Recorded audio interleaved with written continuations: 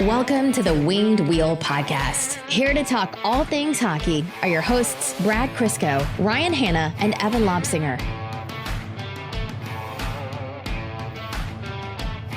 So I had to wake up at the crack of stupid this morning, like normal, and had to get bundled up, get Mika bundled up, get her fed, get Hank all dressed up to walk her to school. It was colder than all hell this morning. It was raining on me. And the stupid thoughts that pop into your head when you are cold, wet, freezing, it's like not even 8 in the morning yet, is I could have used all of the heat in Breslau that Jonathan Berggren is currently bringing in Sweden. That was a long setup, Brad. I'm not going to lie. I'm not sure the payoff was worth it. No, it was a terrible dad joke, but you said I needed to stall for time, so I really tried to give you the time there, Ryan. I wanted to make a Jonathan Berggren heater joke, and instead of having to make it in like 4 seconds like I normally would, I tried to draw it out into about half a minute. The reason I had Brad open and maybe Carrie, I don't know if you guys can hear that drilling in the background. I can. No. Oh, that's good. There's never-ending home renos. I do a podcast in this house. Mel renovates this house, which is much more useful. And so she was like, we have to, like, this is our only night to do drywall in this room. Like, we really have to do it. I could do this. I could do that. I was like, no, I can make the podcast work around it. So I am currently in her office. So for those of you who are watching on YouTube, that's why it looks like a little bit of a different background. I'm joined by, that's a poster of Daniel Radcliffe in How to Succeed. I think it's a Broadway show. And if I sound different, I promise you that's only for an episode. But for now, welcome to the Winged Wheel Podcast. I'm Ryan Hanna. I'm going to have to talk a lot this episode. I'm going to also have to talk a lot this episode, but I will try my best not to. That is the closest Evan has ever been to his mic. Yep. So Evan has to, because it's a big moment and he needs to amplify, because that's the most self-aware he's ever been. Yes. So this episode of the Winged Wheel Podcast is our first quiet episode in terms of news, and I'd say quite a long time. There haven't been any signings since last episode, which is a huge change of pace. A little appreciative of that, honestly, from a Steve Yzerman standpoint. I'm a little burnt out right now. Yeah. There's a lot of information over the past week and a bit. But that doesn't mean we don't have plenty to come at you with. There's stuff that we weren't able to cover in last mega episode. We've had like 3 mega episodes in a row with the pre-draft show, the post-draft show, and then the free agency frenzy show. So if you guys haven't listened to those are evergreen, or well, for the next little while at least, which defeats the purpose of the word. Did you guys hear that? Yeah. Yeah, a little bit. Loud. Yeah. It sounded like a you were ghost was breathing opening your real door hard. or something. Yeah, this house is old enough where it must be haunted.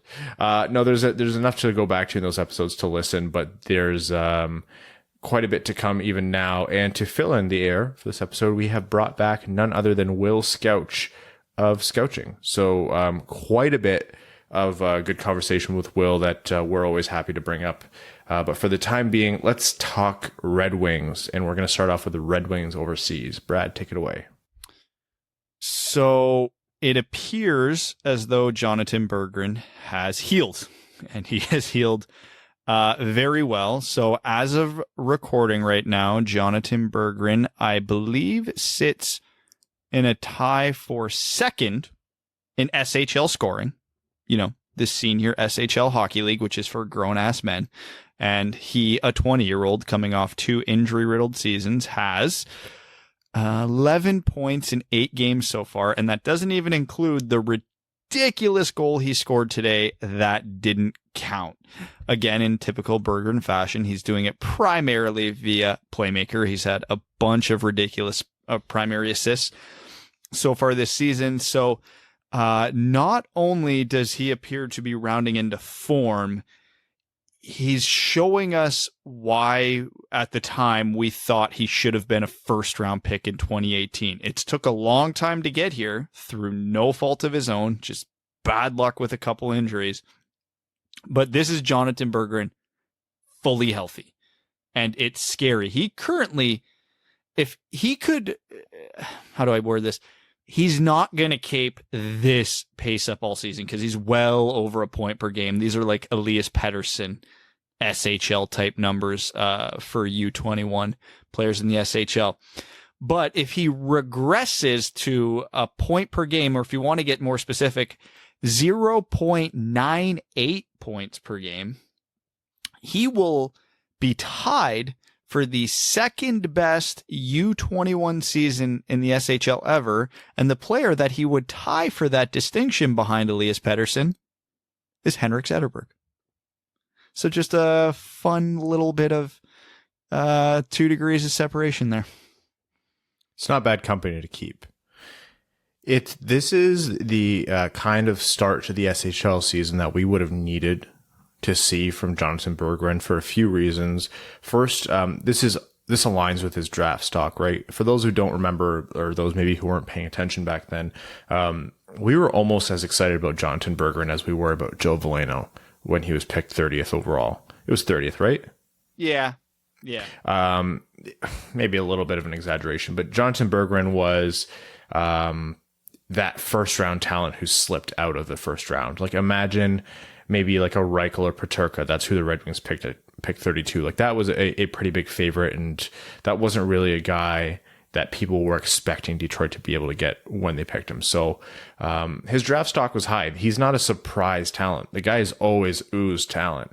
The issues have been like terrible injuries that have taken away years of development. It was 2, right? 2 different injuries, a back injury and then a shoulder. Yes. Was it? Yeah. And not body parts that are very easy to recover from. No. And those affect things like shoulder is one thing that affects different players in different ways, of course, depending on their game. But a back injury is, well, I mean, if you have a hurt shoulder, then you're relegated to only being able to co-host a podcast for the rest of your life. But if you mess up your back, like, you think about it in terms of Red Wings context, that's what took Zetterberg out probably 4 or 5 years before he wanted to retire.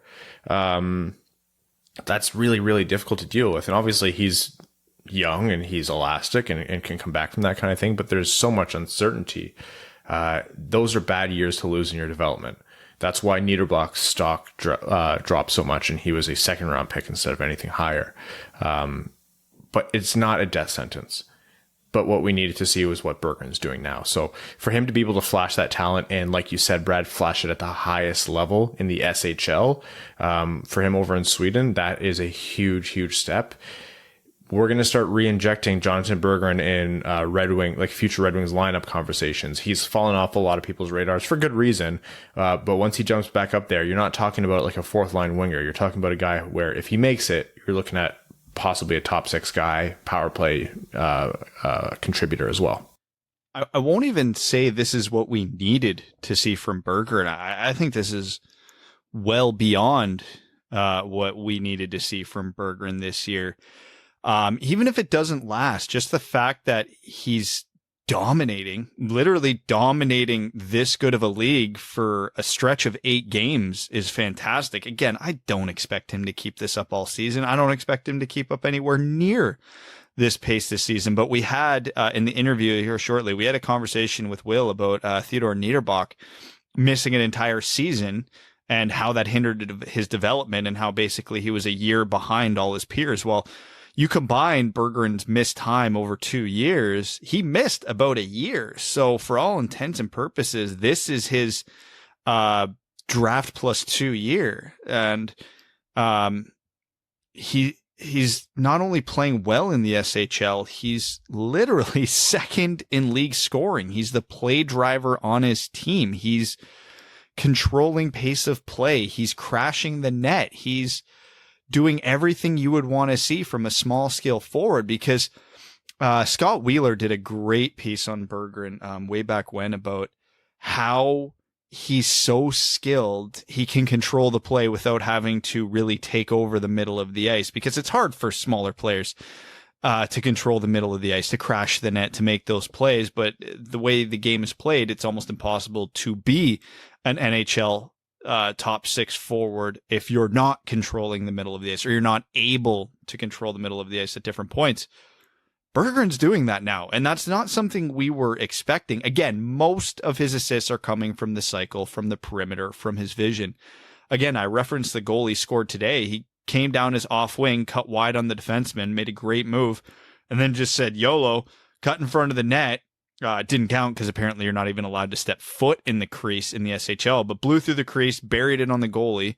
It's a goal that in the NHL counts 100 out of 100 times, so I'm not worried that that didn't count today, because I don't care what counts in the SHL. I care about NHL rules, and it would have been great. So it's great to see that he's adapted his game to do that a little more regularly, and it's almost even better just to see that he's willing to do that, because you're coming off 2 major injuries.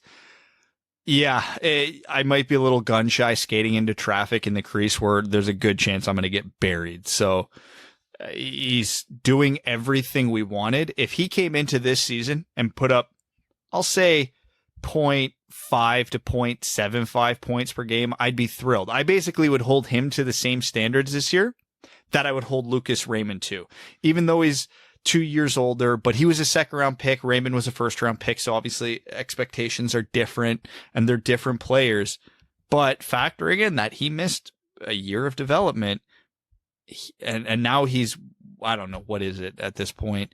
1 point something points per game. It's remarkable. It's well beyond what we should have expected. So that's really good news for the Red Wings, but the good news for Red Wings overseas doesn't stop with Berggren. The highlights haven't stopped coming from Lucas Raymond, and a lot of that was people looking up older highlights now that they were discovering who he was. But he had that shootout goal the other day, and he's continued to display a lot of his game. He hasn't missed a step, and it's still pretty early after the draft. Not too much has happened. But I know there's one highlight or one clip that was floating around where Brad, you took the point of saying, hey, by the way, this Lucas Raymond move where he, dekes out to get a clear shooting lane in the middle, like right down the slot, that is like prototypical Lucas Raymond move. That stuff has been really fun to see. In terms of SHL scoring, in terms of the SHL, Sider also started today with Rogel, I believe, was their first game, or one of his first games over there. Yep, that was his first game with Rogel this season. And the scoring standings see Red Wings recent signee, recent depending on how you evaluate time anymore, Matthias Brome is near the top of those standings as well, which isn't a surprise. He was a productive player before, but still, good showing for Red Wings in Europe. Yeah, so Berggren right now is tied for second in league scoring, second in assists, and then if you go down in a tie for 10th right now, it's Matthias Brome. And again, the SHL is probably the 3rd best league in the world, and to have 2 Red Wings inside the top 10 there, it's good. And again, it's only a 7-8 game sample size for these guys, but Brome currently is outpacing his last year, and he's at an age where I didn't really think there'd be growth left in his game, because I think he's 24 years old, 25, something like that, 26 actually. So the fact that he seems to have another giddy up in his step is a great sign. Even if he's a long shot to make the Red Wings this year, it's a good first step. And then again, if you scroll down, Lucas Raymond is also sitting on the first page, at least, of the SHL leading scorers. So, outside of McIsaac injuring himself, it's damn near best case scenario across the board for the Red Wings prospects who have actually been playing. So I'm going to move us along to a topic that we didn't get a chance to discuss because there have been a million pieces of news over the past few episodes. By the way, I want to acknowledge, I know we have a lot of new listeners since the last few episodes. This is around the time of year, it's usually the summer, but usually the time of year where people start to tune into the show. So welcome if you're a new Winged Wheel podcast listener. So, we don't always record remotely. So if you're watching on YouTube, we're typically in the studio, which we spent all this time, outfitting with Red Wing stuff. And we got a custom table from RD Woodworking, and it's, all this gear to do it professionally. And then we got kicked out. So, the goal is to eventually be back in there once the world is done ending.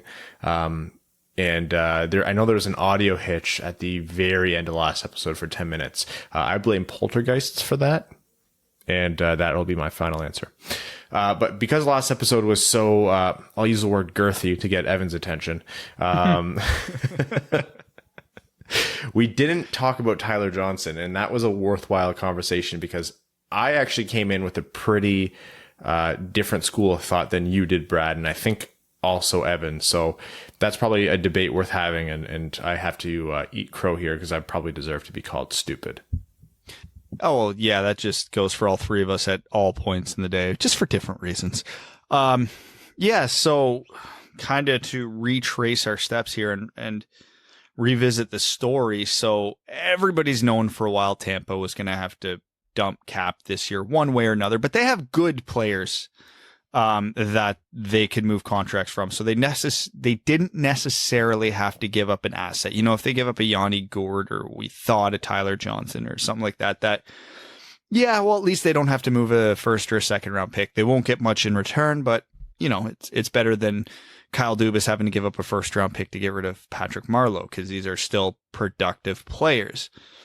So I guess Tampa tried shopping Tyler Johnson around and did not have any success in trading him.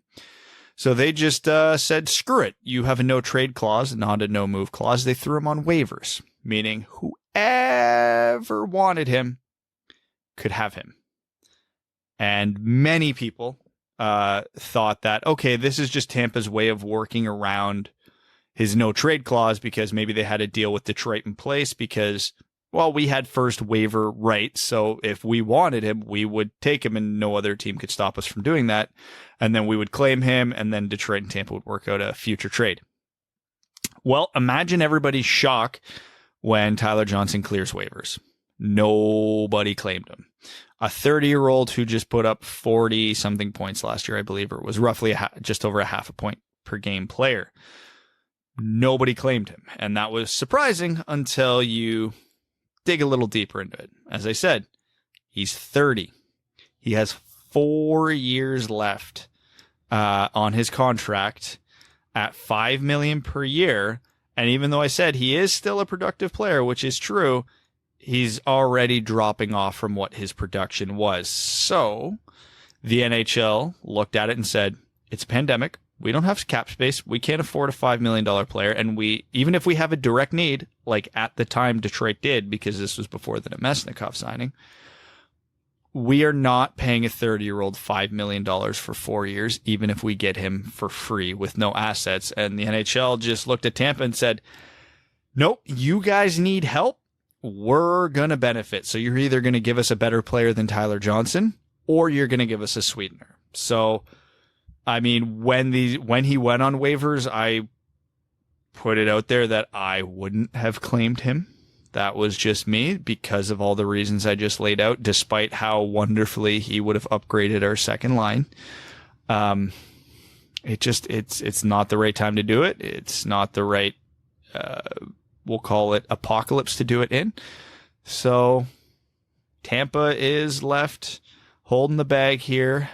Not sure what they're going to do yet because that was 5 days ago and they have not moved anybody yet. Yeah, and I want to come in here because I think I had an opposing view, and maybe I've come off it since then, although, yeah, we'll see how it plays out as I talk it out. I'm kind of torn on it.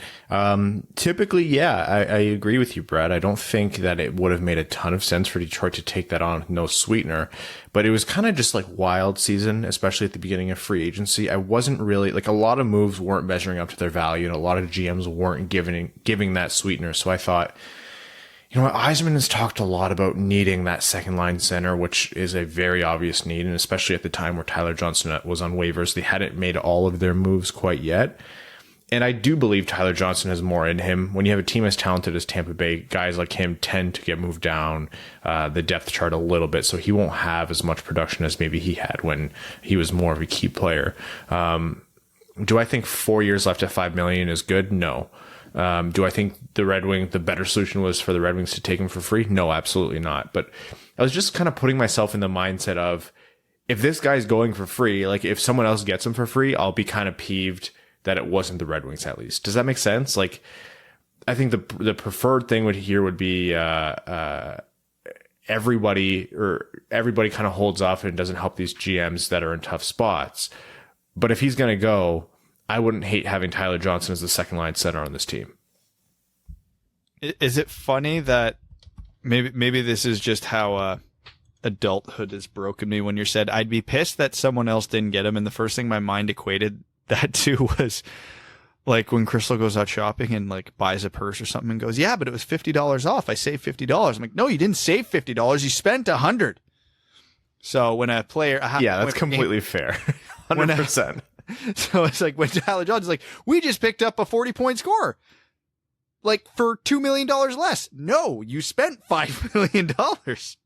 You didn't save anything. So the big piece of this is that Tampa definitely still has to make a move. And that means Detroit is still firmly in that conversation because, as we've alluded to in the past, there aren't a lot of teams who can do what Detroit's doing right now, or what Detroit can do. And there aren't a lot of teams that are willing to make those moves, because you have to also factor in a team's willingness to spend the money in terms of real dollars. Whether or not that'll actually happen, I'm not sure, because there's two factors at play. One, GMs like to help out other GMs for no godly reason. Like they like to help out the good teams, GMs. Yeah, like who are cash strapped.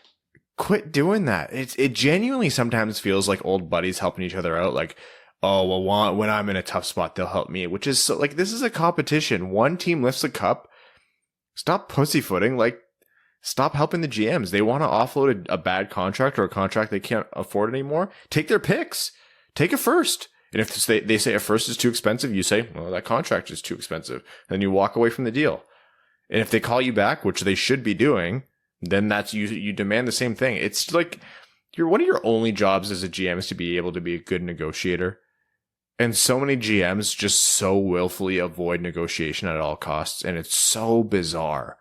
And then, they sit there and blame the coaches and blame the players and blame this and blame that when the team's not successful. It's like, no, you need to make moves that edge you out, edge out the other teams in the margins. And they're just cowards about it. Anyways, that was a big rant about how Jim Rutherford is an old boy trying to help out other GMs. And I just want to get one other thing on record again. The context behind why Tampa is doing this is because they have $2 million in cap space, and they still have Eric Chernak, Anthony Cirelli, and Mikhail Sergachev as unsigned restricted free agents, and they are probably going to add up to well more than $10 million. So they are really screwed there. But I want to repeat, because I see it not necessarily from Red Wings fans as much anymore, but I see it all over mainstream hockey media all the time as Detroit's like the prime team to do this. No, we should not offer sheet Cirelli or Sergachev, because if the Detroit Red Wings give up a first-round draft pick now, they are out of their goddamned minds. So that could be first overall for the next 2 years. Do not give up first-round picks when you suck. Anyway, you got to do it when you kind of don't suck, and you're starting to come up in your prospects development cycle, and your team's on the edge of competing. That's when a good offer sheet should be a tool that a GM should use, but not when you're historically bad. Would I give up a first, a second, and a third-round pick for Mikhail Sergachev? Absolutely, if I know that first-round pick is going to be in the back half of the first round. Exactly. I also do it for Cirelli. Yeah, again, great players. Back half of the first round. And Cirelli, not as much, because even though he's really good, his type of player is a little easier to find. Sergachev's one of those big, good defensemen that are very, very rare these days. But yeah, like especially in next year's draft, where the top 10 is just littered with defensemen. So it's just an insane idea that I can't believe is still being thrown out there.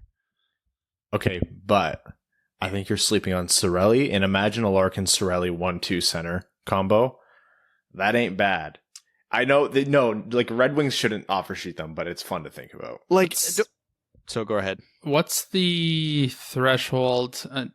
What's the price threshold on a contract where it's then goes into offering or having to give first round picks? I think it's somewhere around 7 or 8 million. Well, that would put Tampa Bay in one hell of a bind. They'd have to make some moves. Yeah, they would almost certainly not be able to match, but I think if the Detroit Red Wings are giving them a first-round pick, they are going to very much not want to match. And again, don't get me wrong, I like Anthony Cirelli. The dude's going to be in the Selke conversation for a long time, but he got close to his career high. Well, he did hit his career high in points, and if the season wasn't shortened, he would have finished around 50, 55 points.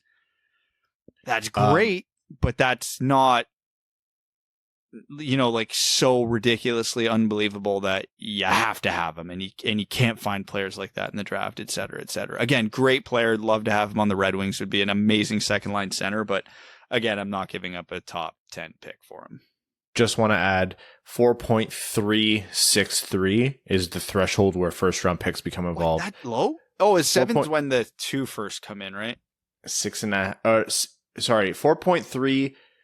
Essentially 4.3 to 6.5 is a first and a third. 6.5 to 8.7 is a first, a second, and a third. Oh, okay. And 8.7 to 10.9 is 2 firsts, a second, and a third. And then 10.9 and up is 4 firsts. But you have to remember that that's not the AAV for their contract. If you sign that guy to a 7-year deal, you take the total value of the contract and you divide it by 5. So if you want him long term, it gets jacked up even further. So yeah, one of my biggest gripes with the NHL is that the offer sheet returns are way too high and they're prohibitive, and it ruins the fun. If you want to become more of a fun league, move around RFAs more. I still don't think GMs would do it. No, because they're cowards. Eisman would. Eisman's a baller. Okay. Before we get back to some league signings and then overtime, let's go cut over to our interview with none other than Will Scouch of Scouching, who talked to us, much like Scott Wheeler last episode, about the Red Wings draft, the 2020 draft overall, and then our first look into the 2021 draft. Will did a good job of brushing up on some things that we maybe have talked about or other picks that we weren't quite sure about at the time, like Kyle Coyne and Chase Bradley. And it's always good to get different perspectives. So without further ado, Will Scouch of Scouching. Welcome to the Winged Wheel Podcast's returning interview with none other than Will Scouch of Scouching. Will, thank you so much for joining us today. Oh, it's a pleasure to be back. It's great to see you again. For those of you who didn't listen to our first interview, which we highly recommend, it was a great time. Will is the founder of Scouching. You can find him at Scouching. That's couching with an S at the beginning on Twitter, youtube.com/Scouching. He does a lot of great work there, has a Patreon as well, and then is also a contributor for McKean's Hockey. So, Will, we were just talking before I hit record here, but we're experiencing some like post-draft fatigue. Like we're finally resting our eyes a little bit, and you seem to be, you're still trucking along.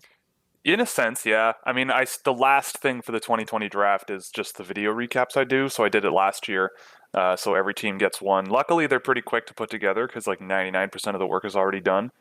Just had to circle back on the lesser known names that went off the board this year, but that usually doesn't take too long. And it's not so bad. I think the week leading up to the draft was a lot more fatiguing than the week since, for sure. All right, so I won't make it too hard on you. I'll start with this softball. So one of the few predictable things of the draft happened. Lafreniere, Byfield, Stützle in the top 3. A lot of people said the draft starts at 4, which for us was very relevant because that was the Detroit Red Wings. Tell us who you thought the Wings should have picked, given how it fell, and then obviously knowing it's Lucas Raymond, your overall thoughts on the player and the pick. Yeah, so at the time, honestly, like what I usually think about is if I were sitting at the draft table, what are the names I would push for? You know, who in this range am I happy with? And to me, that name was one of Marco Rossi or Lucas Raymond. And honestly, the more I watch of both of them, the less and less I really care about which one you prefer. I think that Lucas Raymond has the potential to be, I would think, a more impactful overall player in terms of driving play, but Marco Rossi has a tremendous skill set and tremendous set of talents that drive offense really, really well. He's a competent defender, but his offensive talent is off the charts. Whereas with Lucas Raymond, there's a lot of potential for good offense down the road. But what I love about him is just how smart he is. He's just such a rock solid hockey player. Like you never really have to worry about him when he's on the ice. He works hard. He's an incredibly explosive skater. First couple of steps are quick, which is sometimes all you need to win a race to an open puck or get into a puck battle. He drove unreal results at the SHL level last year. Like he was one of the better defense first wingers that I tracked all year, which for a guy who has the reputation of being more offensive kind of leads me to believe that, when he's playing as a rookie in Sweden in the pro league, they probably were telling him like, here's all the things you need to be sure you're doing on a day-to-day basis before you can be the guy filling the net with pucks. I mean, I think he also is working on the strength and the offensive ability to unlock what he can do, but I thought that at 4, one of those two guys, I wouldn't have been upset. I mean, if Cole Perfetti, who was rumored to be the guy, was the guy, I would trust what Steve Yzerman can do to develop, I guess his development staff, I should say, to develop the issues that he had with his skating, which is really the primary cause for concern, I would say. But Lucas Raymond is a great pick. I think it's the easiest pick to make it for. It was the biggest no-brainer pick. And clearly, coming out of the draft, they really, really like the guys that came out of Sweden this year for them. I mean, it's not like Håkan Andersson hasn't done anything for that organization before. No. So I'll transition to another Lucas Raymond question here, because he has such a high amount of skill, but he is still pretty raw in a few aspects. And given that he is slightly undersized, what do you think is a reasonable timeline for Lucas Raymond to get to the NHL? Well, I mean, I think he's played 6 games this year, and he's already, I think, 40% of the way to matching his production from last year. Like, he's taken a step. He's playing more on the power play this year. He wasn't last year. He is being relied upon a lot more on his team in situations where he's going to be able to use his offense.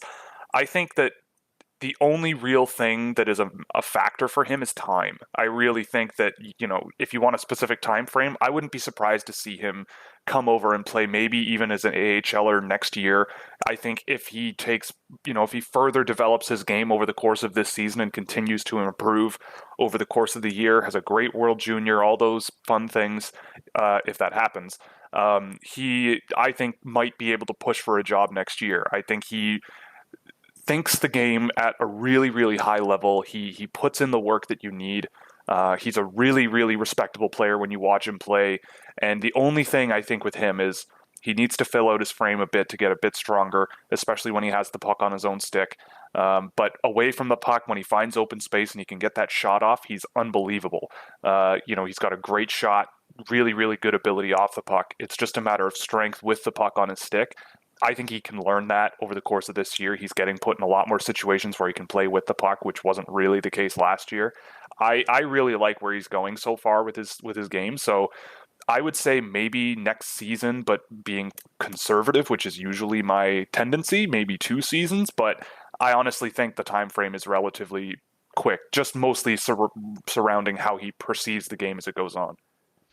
So then, that all being said, when he does break through in Detroit, what do you think Lucas Raymond's ultimate ceiling could or should be? Like, is he an 80-point player? Is he a 60-point player? First power play? Is he top line? Again, it's line driving wingers are rare in the NHL, but I've seen some people say that Raymond is the type of guy who can carry a line from the wing.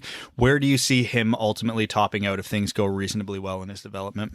Well, I think Lucas Raymond is going to play a really interesting role for an NHL team, and I think he's going to be playing a role that a lot of people overlook. Like you kind of alluded to it, he really strikes me as a player that just makes life way easier for his line mates in multiple ways. So he helps out his defense really well and suppressed danger against in the defensive zone really well in the SHL last year.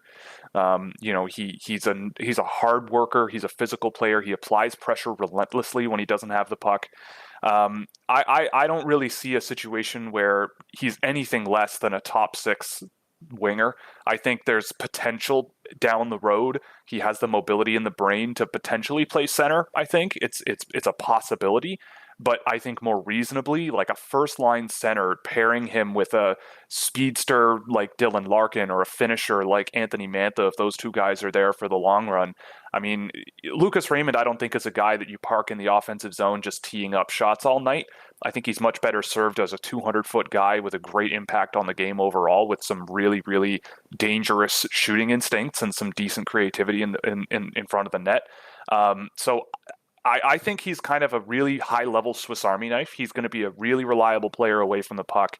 I really get the feeling that he's going to chip in offensively. I don't know about a point-per-game player, but he certainly will be a player who will make life a lot easier for his line mates. And if he's playing on your first line with skilled players or designated goal scorers who can really shoot the puck, I think he's going to make a great fit regardless of who he's playing with. Just a rock-solid hockey player, I think.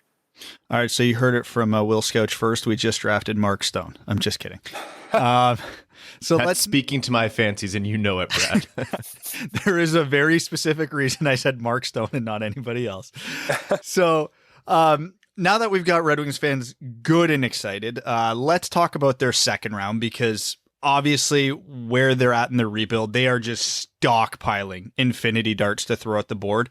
They had 3 second rounders last year, 3 this past draft, and they've already got 3 for this upcoming season. So they took William Wallander, Theodor Niederbach, and Cross Hannes. What did you make of that round for the Red Wings? Yeah, I think with the Red Wings, you know, I trust what they're doing in terms of who they're looking at and what exactly it is that they're looking for in players.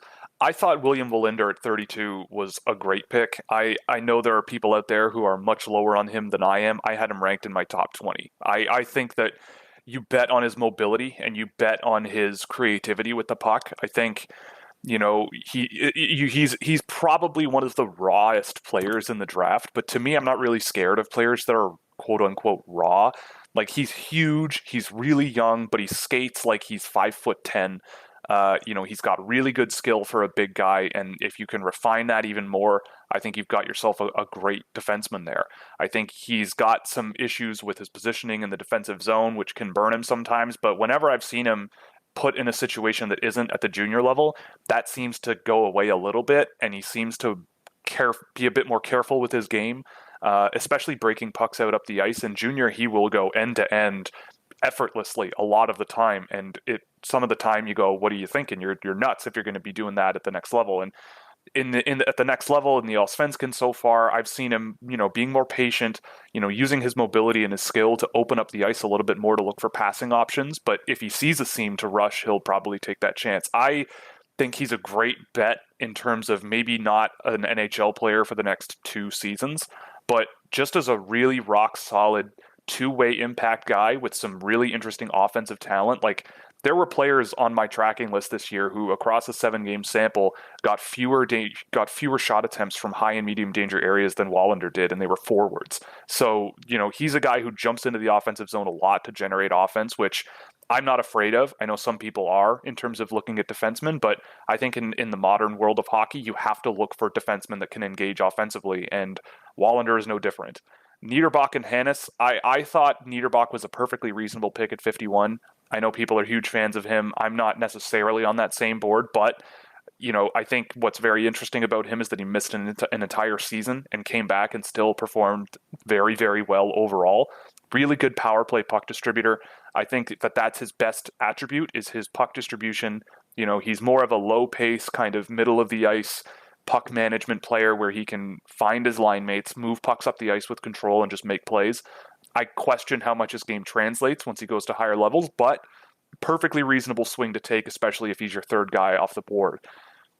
Cross Hannes, I like his skill, really offensively skilled player, good metrics in terms of getting points on goals when they're scored on the ice, you know, good finisher. He scored a lacrosse goal this year, which was fun when that was a thing that everyone would seem to be wanting to do. You know, I think his defensive game on paper and from what I've seen is where he needs some work, but he might be one of these players that for now has some defensive issues with the work rate and everything, and instead focuses more on offense and attacking and trying to get to the net with that skill. I think he's an interesting project to work on. Again, if he was the maybe second or third guy I drafted this year, I'd be a little bit more hesitant. I didn't have him ranked because I question how projectable his game is, but he is very skilled and a lot of fun to watch. So we'll see what happens. So I think overall, like, they might not have picked everyone who I would have pushed for at every single slot in the second round there, but I see the reasoning behind all of these picks. You know, Niederbach, I think, could be a really good puck distribution center with maybe some power play potential.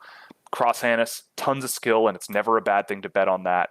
And Wallinder, I think, you know, there's a chance Wallinder never plays in the NHL, but I'm not of the belief that it's worth passing on him just because you're, you know, concerned about that, like that possibility because of, you know, the talent that he shows on the ice and the raw potential. I think there's tons and tons of potential for him to be a really exciting offensive defenseman in the NHL one day. So you've kind of alluded to this, and this is something that I've personally put forward to the listeners, which is that, the picks didn't go how we would have necessarily picked them. Like, I personally didn't predict those three guys being who Detroit would pick based on who was on the board. I'm a fan of Wallinder. I'm a fan of Niederbach, but even admittedly, that's not who I was shooting for at that time. But what I do think is happening here is that the Red Wings are taking their abundance of dart throws, as Brad called them before, and just going for high upside swings. Like, they could swing and strike out and fall on their ass and embarrass themselves, or they can knock one out of the park, which is kind of what they would want to do because they don't have that Alexis Lafreniere lottery luck, and they don't have the Braden Point that Yzerman had in Tampa Bay on this team yet. So they're trying to generate one of those, and they can't control the lottery. So what they can do is try to get an extremely high value pick in the second round. Basically, I just gave you my statement in the form of a question, but is that your read on this as well? I can see that. You know, I think you look at some of the guys that went off the board in the 50 to 70 range. And like, I'm just looking at the draft list here. I mean, I'd be curious why Detroit didn't go for a name like Kasper Simon-Tyval if they were drafting guys like Cross Hannes. I think Simon-Tyval brings more pace to the game right now. I mean, maybe Hannes has, you know, I think Hannes has really good skill and offensive potential. But, you know, you look at other names that were going off the board there. I mean, Jean-Luc Foudy, I thought was a guy that the Detroit Red Wings might be able to work with and develop into, especially with someone like Dylan Larkin on the team already. Danny Gushchin went 76th. I mean, that's a guy who went way too late to me. And I thought that really sort of screamed sort of big swing for the fences. But I guess these are swings that are a bit different. You know, Teddy Niederbach, really smart player. I really like how he distributes the puck. Once in a while, I saw him do some really impressive rushes up the ice on his own stick. So, you know, people who might think they might have hit for a double instead of tried to crack a home run, you know, I think they're going to end up with at least some serviceable NHL players out of this. And if you get those in the late second round, you know, if let's say all four of these first four picks off the board become serviceable, not bad NHL players, then that is a good pickup. And if you have your top line winger in Lucas Raymond, that's a great first four picks off the draft. You know, it makes your life way easier when it comes to filling out your roster. So I think it's entirely possible with these players. Just, you know, they're swings, but maybe not the hardest swing for the fences they could have taken. But I don't see any real issue with that overall. So I just want to circle back to one thing about Niederbach before we move on, because you alluded to it earlier that he missed an entire year due to a knee injury. So one of the theories that I've seen floating around, and I don't know how much I buy into it personally, but I think it's worth noting, is that because he missed a full year of development, you almost look at him as an underager for this draft because his development is a year behind everybody else. So he missed the year, came back for his D-1 year, and lit up the Swedish Junior League. And now he's back in the Swedish Junior League this year, and he's off to a blazing hot start. So do you think the Red Wings might have factored that into it? Just that, yeah, he maybe not be the best player on our board right now, but given his lack of development versus everybody else, we think that ceiling might be even higher once he, quote unquote, catches up. 100%. I think that absolutely was a factor. I watched a lot of him last year to really try to get what he was all about. And I mean, I had him ranked at 66th, which is exactly where I'm just looking now. Like Bob McKenzie had him slotted in there. Craig Button had him slotted in there. A few different outlets had him slotted in there. A few had him a lot higher though. And when I asked around about it and brought up what issues he might show in terms of producing at 5-on-5 and, you know, what I had seen of him or at least with my eyes, didn't really give me a tremendous amount of confidence in terms of projecting his game. But I mean, it was your third guy off the board, and there is certainly that factor to it where you have a guy who missed a whole year and still was over a point per game against under 20 competition, and I believe he had never played against that level before. So I think that's on its own pretty remarkable. I know for a fact that not every single player in the NHL is an extremely high-paced player, so it's not like there's a guy like Niederbach. It's not like guys like Niederbach don't exist in the NHL. So I think it's a perfectly reasonable swing to take, and the fact that he's gotten off to such an enormously massive start is promising to say the least. So I'll be very curious to see how his career goes, because I know that it's hard to evaluate when you have a player who's missed an entire season. I had a player like Anton Johannesson also ranked quite high, but he was also a player who's missed a lot of time due to injury. So, there were things that concerned me with Niederbach, but again, like, this is why I rank guys in tiers, because you can make a case for Niederbach much higher than I had him ranked. It's just, for me, the pace of the game is kind of where my questions start, but that's something that hopefully you can work with because his brain is at such a high level when he's playing on the ice. So then as the Red Wings got into the third round, they had two more picks. They traded back with one of them, but not overly far. I found it interesting that they took Wallander, a left-handed shot D, at 32, and then in the third round they went back-to-back left-handed D, and all three of these guys I find to be very different players. Obviously, Donovan Sebrango playing in Kitchener here, I'm a big fan of his, completely biased just because I've got to watch him play 120-something times, basically. Yep. And he's your kind of two-way, high IQ with a bit of a physical edge defenseman, and then they got the Emil Viro, the perennial overachiever, or always playing above his age group, playing in Liga last year, although being your quiet, unspectacular defenseman. What did you make of those picks coupled with the Wallander pick? I don't mind.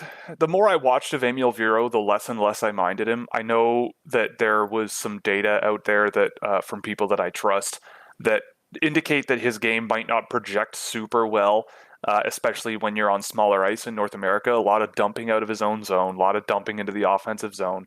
But the good thing about Viro is that I think he has a lot of really solid mobility to fix that mentality problem where, you can just tell him, like, you're more than capable of skating with the puck and finding line mates and all these things. But I think that there were issues that I think make him a bit more of a long-term project, but an interesting one to take at 70. I mean, I had him ranked 76. And you're betting on sort of his mobility, and his defensive ability, I would say, is fine.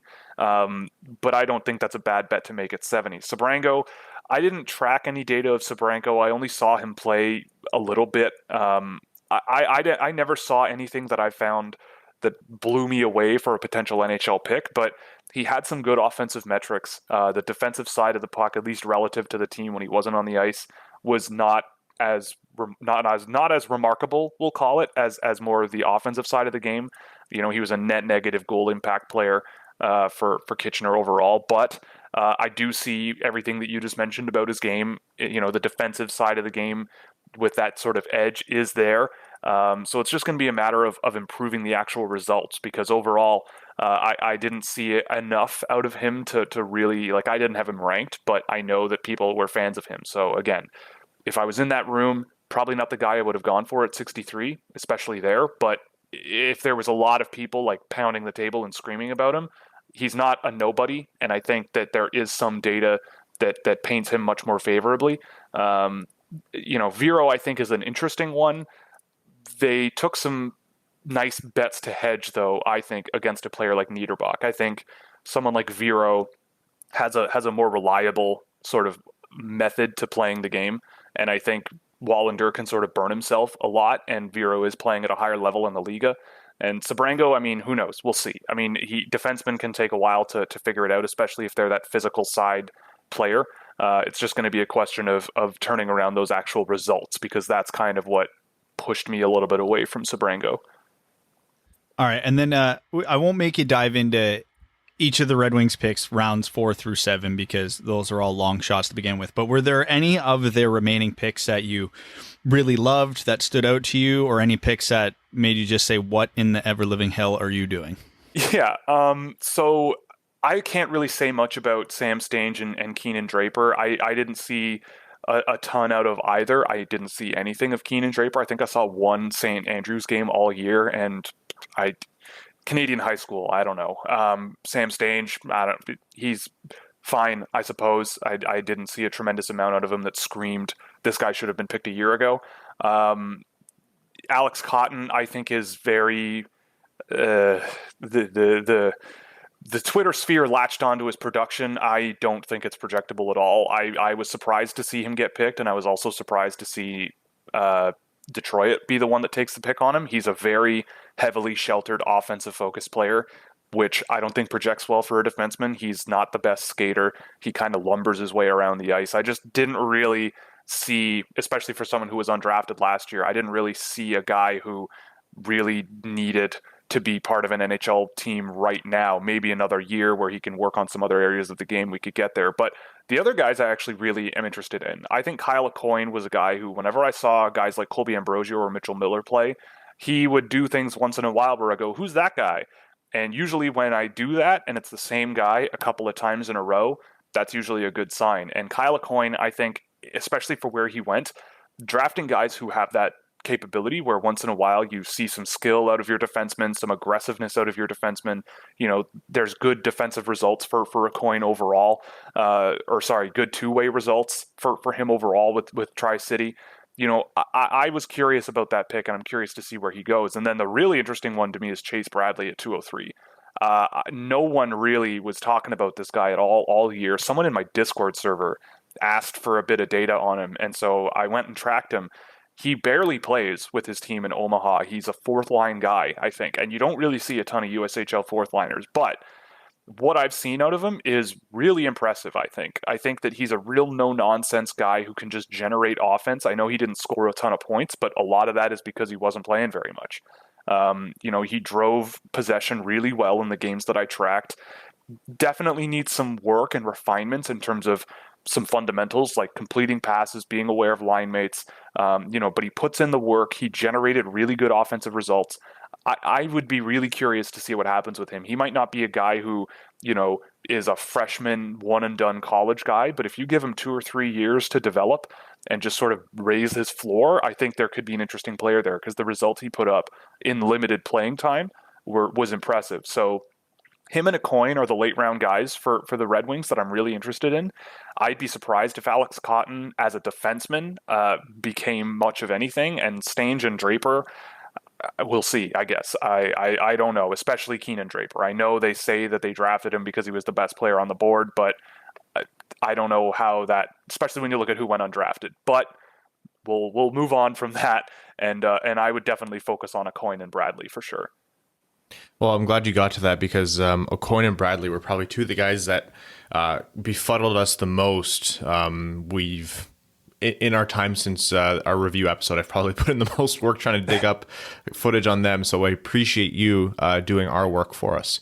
I'm going to pivot us away from the Red Wings specifically. Let's talk about the first round because it was a little bit of an interesting one, especially near the top. So I guess I won't ask you a pointed question, but just ask for your general thoughts on how that shook out and maybe what was the most surprising or who got the most value there.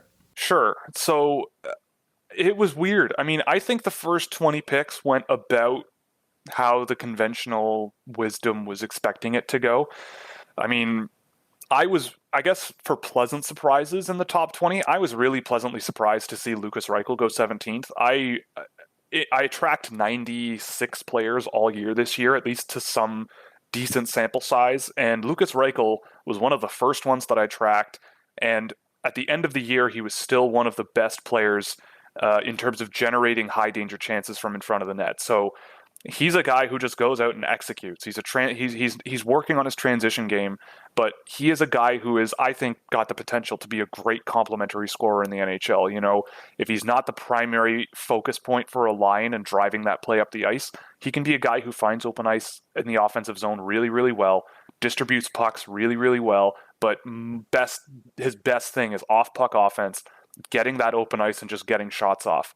I think if he gets stronger on his feet, he has a lot of potential as a transition player. He was willing to go into the corners and dig for pucks and battle and do all those things coaches are looking for, but you could tell that he was small and in a men's league for the first time and getting, removed from play a little bit too easily. But he's taken steps, I think, over the summer based on what I've seen from him, however limited in scope those games might have been. But that was the guy where when I heard his name called at 17, I had him ranked at 19th. I was really pleasantly surprised that Chicago took a risk on him. I mean, maybe there might have been some better players on the board overall, but that is a perfectly reasonable pick, I think, based on the data that I tracked. The 20 to 31, I would say, range at the end of the first round was a complete gong show. I was really kind of trying to find the words at times about what was going down. I mean, would Shakir Mukhamadullin have been my guy at 20? No. Would Yegor Chinakhov been my guy at 21? No. But Hendrix Lapierre to Washington is hilarious, especially considering they landed Connor McMichael last year. Washington, I think, is, even though they're, a playoff team that goes deep, they're doing pretty well to replenish their cupboard.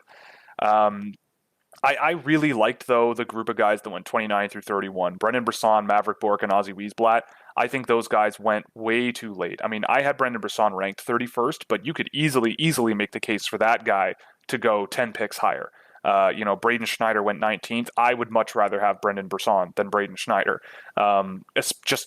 He's one of these guys, I think it was JD Burke who mentioned what Brendan Brisson, if all else fails, Brendan Brisson will still have an NHL job just because of his one-timer on the power play. Even if he's a third-line complementary scoring winger, you could put him on your second unit power play and he'll just crank one-timers all day and probably score a few goals. So I think 10 picks ahead of that, I would have started thinking about Brisson, even if I didn't have him ranked that high. Maverick Bourque should have been gone 10 picks higher at least. I couldn't believe that the Dallas Stars, who just went to the Stanley Cup final, got, to me, one of the smartest and most clever puck distributors in the draft. I think he is adaptable offensively. As an offensive center, there's tons and tons of potential there.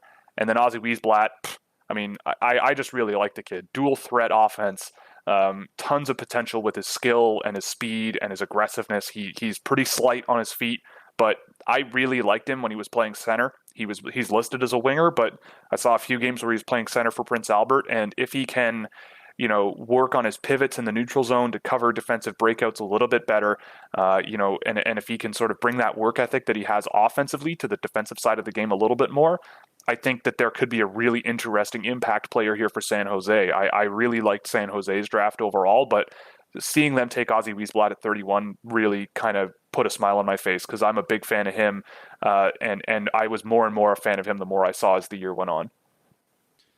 All right, so I'm sure you are seeing 2020 draft prospects in your sleep at this point. Yes. So I'm going to pivot a little bit and kind of ask you almost a philosophical question about the 2021 draft, given what the Red Wings have done. So by and large, people are very, very happy with what the Red Wings did in free agency. They didn't take any huge swings, but they dramatically improved their team upon last year, which still could mean they finished 31st, but let's assume they jump up a couple spots.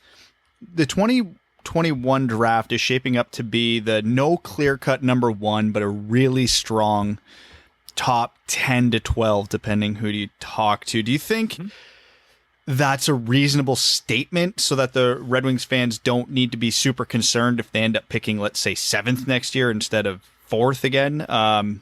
What's your initial impression of the upcoming draft? I can't remember the last time a draft was like this, honestly. I mean, I don't see a clear-cut number one at all. I don't. I think I have Aatu Ratu right there now, but that's not. I don't think that's at all set in stone. I mean, there's a lot of guys who haven't played yet that are very, very talented. I don't have them ranked, obviously, right now because I haven't seen them play. But I could easily see a situation where a number of guys off the NTDP team go first overall. I could see Owen Power being a guy who works his way into first overall contention. I can see a lot of different scenarios playing themselves out. I'm already getting impatient to start seeing what other people are sort of thinking about for top-end players in this draft, especially based on the guys that have already been playing. I mean, even a guy like Nikita Chibrikov in Russia has been looking awesome for the St. Petersburg junior team, and he's been playing in the KHL a little bit. Obviously, that's coronavirus related, but he's still playing in the KHL, and his team is not completely under the water when he's playing with a bunch of kids who are playing in the KHL for the first time. Zach LaRue in Halifax has looked awesome in the games that they've played this year, and I really, really like him. Samuel Salminen in Finland. I mean, Samuel Hellenius is a huge guy already playing in the Liga who I've liked a lot more than I think most people. And, that goes out to the people who think I don't like big players. I mean, Samuel Hellenius is a 6'6" center, but he skates like he's 6 feet tall, and it's really awesome to watch.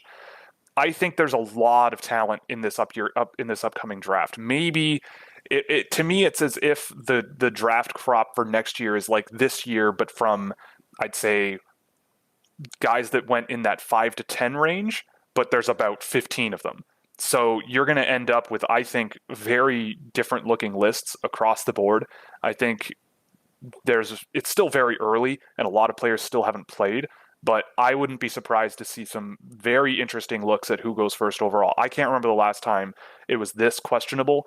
The last time I remember this anything close was probably 2017, but that was more like, there's Nico Hischier, sort of this 5th, 6th ranked guy coming over to North America for the first time, and everyone was sort of focused on Nolan Patrick. And in retrospect, it looks like 2017 was a pretty even year, but this is like right from the get-go. I don't really see a ton that denotes this guy is the best player available. I mean, Aatu Ratu, I think, has the potential to be that. I think his offensive game has stagnated a little bit in the last couple of seasons. Like last year, he only scored 2 goals at the junior level, but that doesn't mean he wasn't getting his chances. I just think the finishing talent is a bit lacking there. He's a great two-way player. He reminds me of like an Anton Lundell, but ratcheted up a little bit. So maybe not an elite level high-end center, but I think he could get there if his season progresses and he develops a little more. I mean, the defense group this year is also looking great. You got Simon Edvinsson and Hugo Gabrielson for Frölunda both playing together. They both look awesome so far. So I think there's a lot of really interesting looks for guys, and they're coming from all over the place. There's defensemen in Russia, which to a lot of people were a unicorn. Now there's multiple defensemen in Russia that I would look at in the first round. Daniil Chayka, Kirill Kirsanov, Vladislav Lukashevich. There's a bunch of them. Dmitry Kostenko is another one. I think it's a very, very interesting first round for next year that's coming up. I've been digging through 2021 guys for about a week now, and I mean, I have a rough order of about 2 rounds worth of guys that I've liked to varying degrees, but I have no idea what's going to happen in June for sure, assuming that's when the draft happens. All right, and on that note, one final question for me, and it's going to involve 2021. So the Rona has ruined the world, and it has probably ruined scouting for this year. So given that we've already seen a bunch of SHL hockey, we've seen over a month of KHL hockey and MHL hockey, the QMJHL has started and has now shut down. The WHL and the OHL are not starting for a while still, so we're going to have wildly different sample sizes, which then will affect player development because you might not see a late season riser in the OHL because maybe that guy just doesn't get enough games to hit that peak. What is the mentality you, and maybe even more broadly, the scouting community should be taking going into a world where nothing is created equal? If it's me, I think you can't stress too much. I think you have to accept that there might be a situation in this year's draft where there's a lot more question marks about almost everyone, especially North American players. It doesn't seem, from what I've been able to follow in terms of the news, outside of Russia, it doesn't seem like coronavirus is causing as many issues or could pose as many issues as it has for North American junior. There are teams in Finland that have had to stop playing for a while. But outside of that, things seem to be relatively under control-ish, as much as they can be, at least relative to North America. I think looking towards 2021, there's going to be question marks, especially if things continue the way they are. The CHL has hit a bit of a snag, and Canada on the whole has hit kind of a second wave here. So we'll see if that dissipates by December. I don't know. It's not up to me. It's up to society as a whole. So I think as a hockey scout, you have to accept that there's going to be limitations this year, and you're going to have to accept that there's a chance that it might just come down to rolling dice and saying, look, we like what we've seen of this guy. Maybe this kid from the OHL who only played 30 games might turn out to be a better player because they just missed a lot of hockey and they have this regression that's left that they still need to do. Maybe that's the way you take it and just say, well, let's just see what happens, because I think a lot of people will sort of give you a pass. That doesn't mean that you can't look at, that doesn't mean you can't use data and analysis to really look at what you're getting in a player. And I think there are certainly players that are playing now that are very clearly a step ahead of some others. But I think if you think about it and try to constantly anticipate, well, this guy was playing in the OHL for only 30 games, but if he had only played a 68 game sample, then he would have been better than this kid who played a full season in Sweden. That person might be right, but I feel like that's something that you can't predict with enough accuracy, that if you have, say, a top 10 or top 15 pick, that you are willing to take that risk. I think we could see some guys in North America slip in the draft that probably shouldn't slip as far as they do.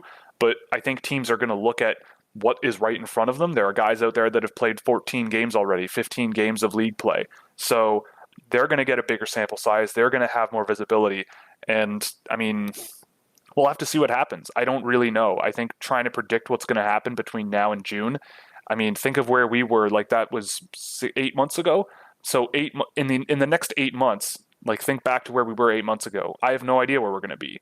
So all you can do is sort of sit back, look at it as it comes to you, let the kids play as long as it's safe for them to do so, and just be patient, I think, and just accept that there's uncertainty this year, because otherwise you're going to go nuts and you're probably going to overthink things. I don't know, though. It's really, really hard for sure. Well, Will, it goes without saying that over the entire process leading up to this draft and then leading up to this draft again, you've done excellent work, and you've been a big help for hockey fans. So happy to have you back on the show. We are going to lock you into coming back on the show again, whether you like it or not. But I appreciate you coming on, and everyone check out Scouching at Scouching on Twitter, or look up Scouching on YouTube. Will does awesome work, and thanks, guys. Yep. And welcome back. That was our interview with Will Scouch of Scouching. Always great to get his perspective. A comment we, I think it was on YouTube or maybe Facebook or something. Someone was like, "Oh man, why do you guys have this guy on?" And it wasn't about Will. It was about Scott's interview. They're like, we were riding this high about the Red Wings, and like totally respect that. You like, just one thing that we do is that we get a lot of different perspectives on the show, and not everyone necessarily agrees. For an example, you don't really have to look too far back. We had Sam Costantino, who's, big name in the world of hockey media and especially draft analyst. He's the lead draft analyst over at Sportsnet. He was the one driving the Perfetti to the Red Wings conversation, and he was the one who put that out there as at one point a lock. And we talked to him, and it was a good interview. We got a lot of good insight. And after, we talked and we said, yeah, we're actually not sure about what Sam said. We don't think that Perfetti's a lock to the Red Wings, but it's good to kind of offer the differing insight. So, not that I think anything that Will said today was necessarily like absolutely wrong. I appreciated him offering insight on Kyle O'Coin and Chase Bradley, and kind of fun that there was positive insight on those guys. I wasn't expecting that for late round picks. Yeah, we, to use everybody's favorite term, we don't want to turn into an echo chamber. Like if we keep repeating and hearing the same opinions over and over and over again, are we really learning anything? Honestly, no, we're not. And Will was overwhelmingly positive about the Red Wings draft as a whole. So like, he didn't like the late round picks, but I didn't love the late round picks the Red Wings made relative to who was available. So I can't say I was a little higher on Cotton than he was. I was a little higher on Bednar than he was, and I was way down on a coin than, and he wasn't. So again, it's amazing to hear these perspectives, and Will gives way too much insight. Just makes me feel like an idiot, honestly, because he could tell you about like these kids' parents' birthmarks and what they had for breakfast when they were 10 years old. So he knows these guys inside note. So he's got some pretty good insight. So if he's telling us we should be hyped about William Wallander at 32, we should be hyped about William Wallander at 32. Yeah, Will gets down and dirty with those draft picks. And, just to further what Brad said, the more, we become like an echo chamber, the more it's necessary for Evan to speak. And I don't know who that's good for. So the people. Definitely not. Then why don't you do it more? Don't you want to please the people? Well, you guys cover everything already. There's no stone left unturned when it's my turn to talk. What he's saying is our opinions are so rock solid that he just doesn't need to come in. Thanks, Evan. Appreciate Sure. that. Evan, I want you to know that of the squares on my screen, I stare at yours literally. I'm talking to you when I speak because I just want to see if you're like in on this conversation. Because if you are, I shut up right away because I'm like, oh, Evan's going. Evan's good. But no, you have the other monitor going, so it gives you away dead. Oh yeah, I don't know what we'll ever do. I was thinking about this today. If we ever go back, when or if we ever go back to in person, I'm screwed because I will know nothing. I will know less than nothing because while we talk or come up with what we're going to talk about this episode, Google is on fire. I had to get 2 extra sticks of RAM just to run all these tabs.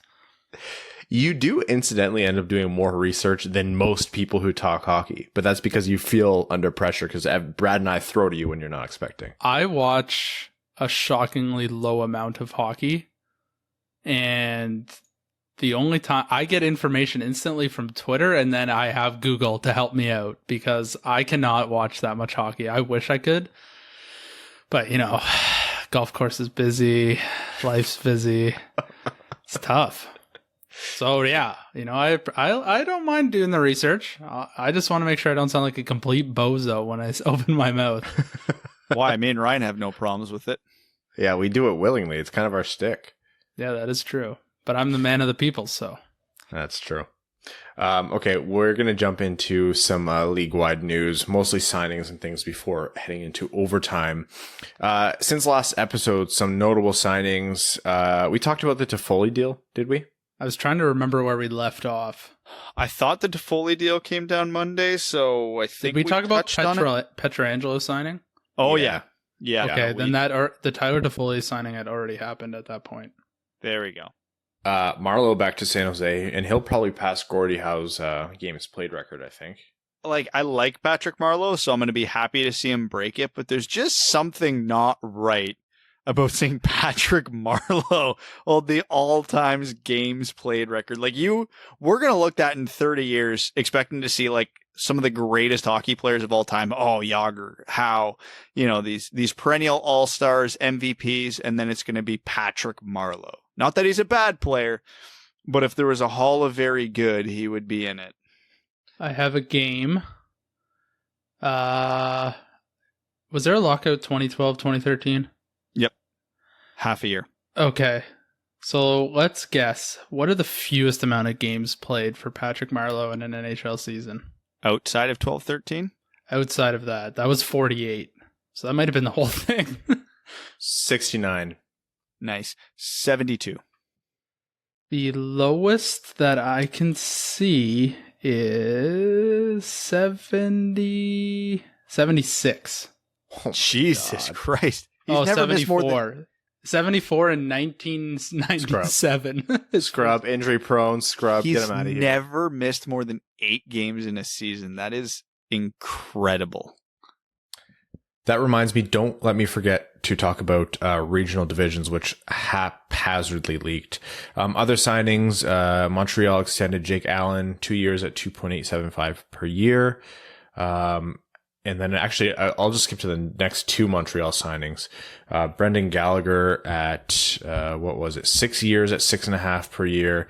And then, oh no, sorry, I'm thinking of Dadonov to Ottawa. So those are the 2 notable Montreal signings.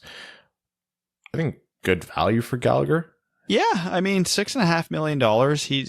He's a very one-dimensional player, but it's one hell of a dimension. Crash the net, get puck in net. He's really, really good at that.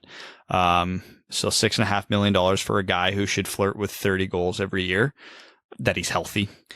I think that's great value. And Montreal did well in getting a bit more term at reasonable cap hits because of the pandemic. And obviously Montreal's in one of the teams that they'll always have money. They're not going to be cash poor.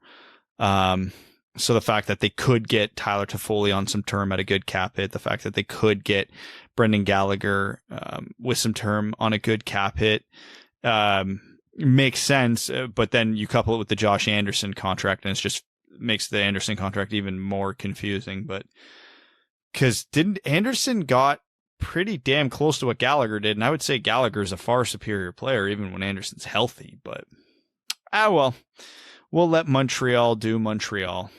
Do you see that one quote about Bergevin too? They're like, "Yeah, I got a lot done this week because the gym was closed." I feel you, man. Like, although I don't look like Bergevin, so maybe I shouldn't be saying that. Okay. 2 other pieces of news. First of all, Tyler Bertuzzi's arbitration date is at October 25th. So 10 days really for Yzerman and Bertuzzi to figure that out before those hearings start. Doesn't mean even when they start that there can't be more negotiations and a contract settled before the judge or the arbiter settles the case. So secondly, it was kind of leaked by way of Vegas management that we might be looking at regionally based divisions for this next season. Do you guys see that? Can I circle back to the Bertuzzi point though? Because I was thinking about something with him. Yeah.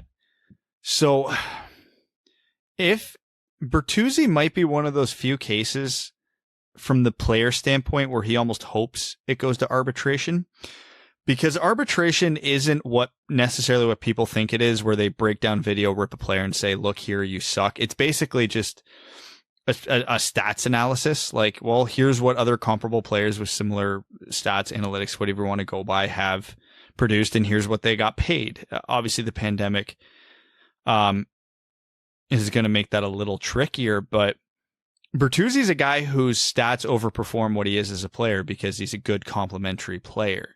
So normally I say there's a 0%, like a less than 1% chance that it actually gets to arbitration. But if I'm Bertuzzi, I don't think I'd be scared of it because his comparables are probably going to be better than what he is. Whereas it's the exact opposite for Anthony Mantha, which might explain why he didn't elect for arbitration and preferred to use offer sheets as his leverage, because he's a player who is far better than his stats have shown because of injuries. So I just found that super interesting because I thought it was confusing that one of them elected but the other didn't, and then the more I thought about it, the more it made a lot of sense to me, which makes me confident that Mantha is going to get a better contract than I think, and it makes me a little worried that I think Bertuzzi might end up being a touch overpaid. But that's just me.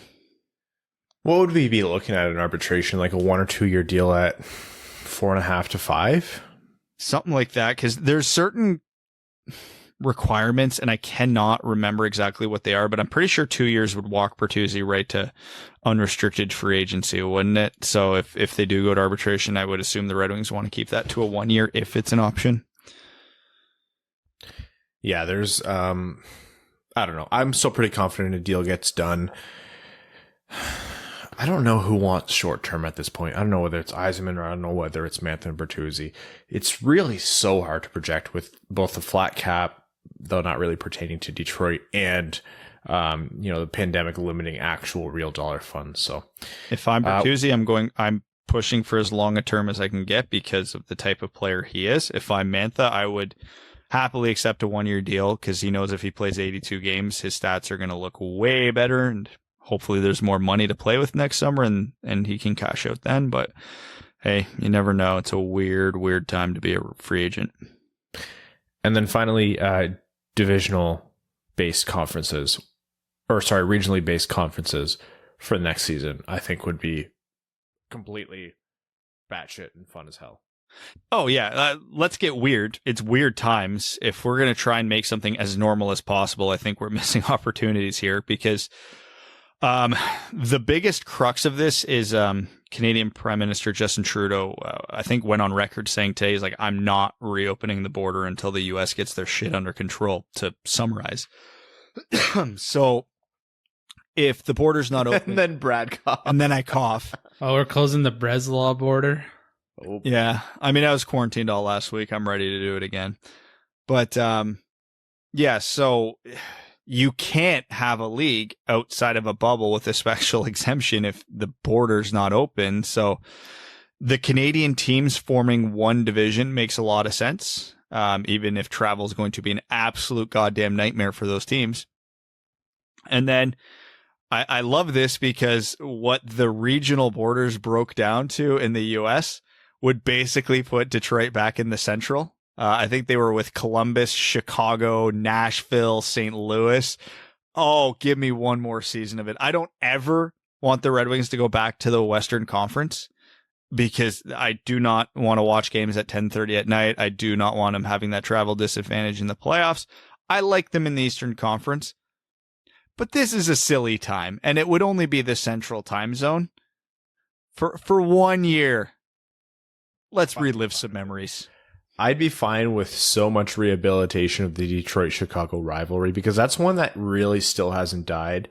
Detroit-Colorado, obviously, we've seen it flare up over the past couple seasons, but Detroit-Chicago was truly one where even after they moved out east, like those games were intense for a long time. So yeah, 100% would be for it.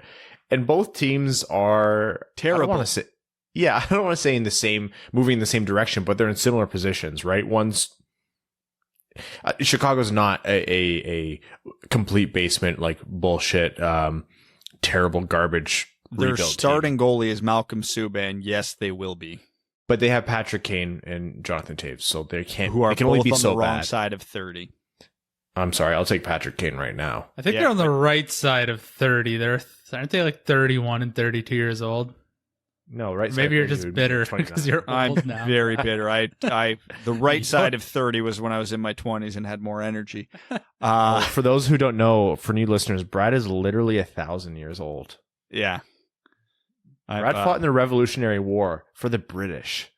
Funny enough. You do lose your accent over time. It's remarkable. And now I understand all these Swedes in the NHL.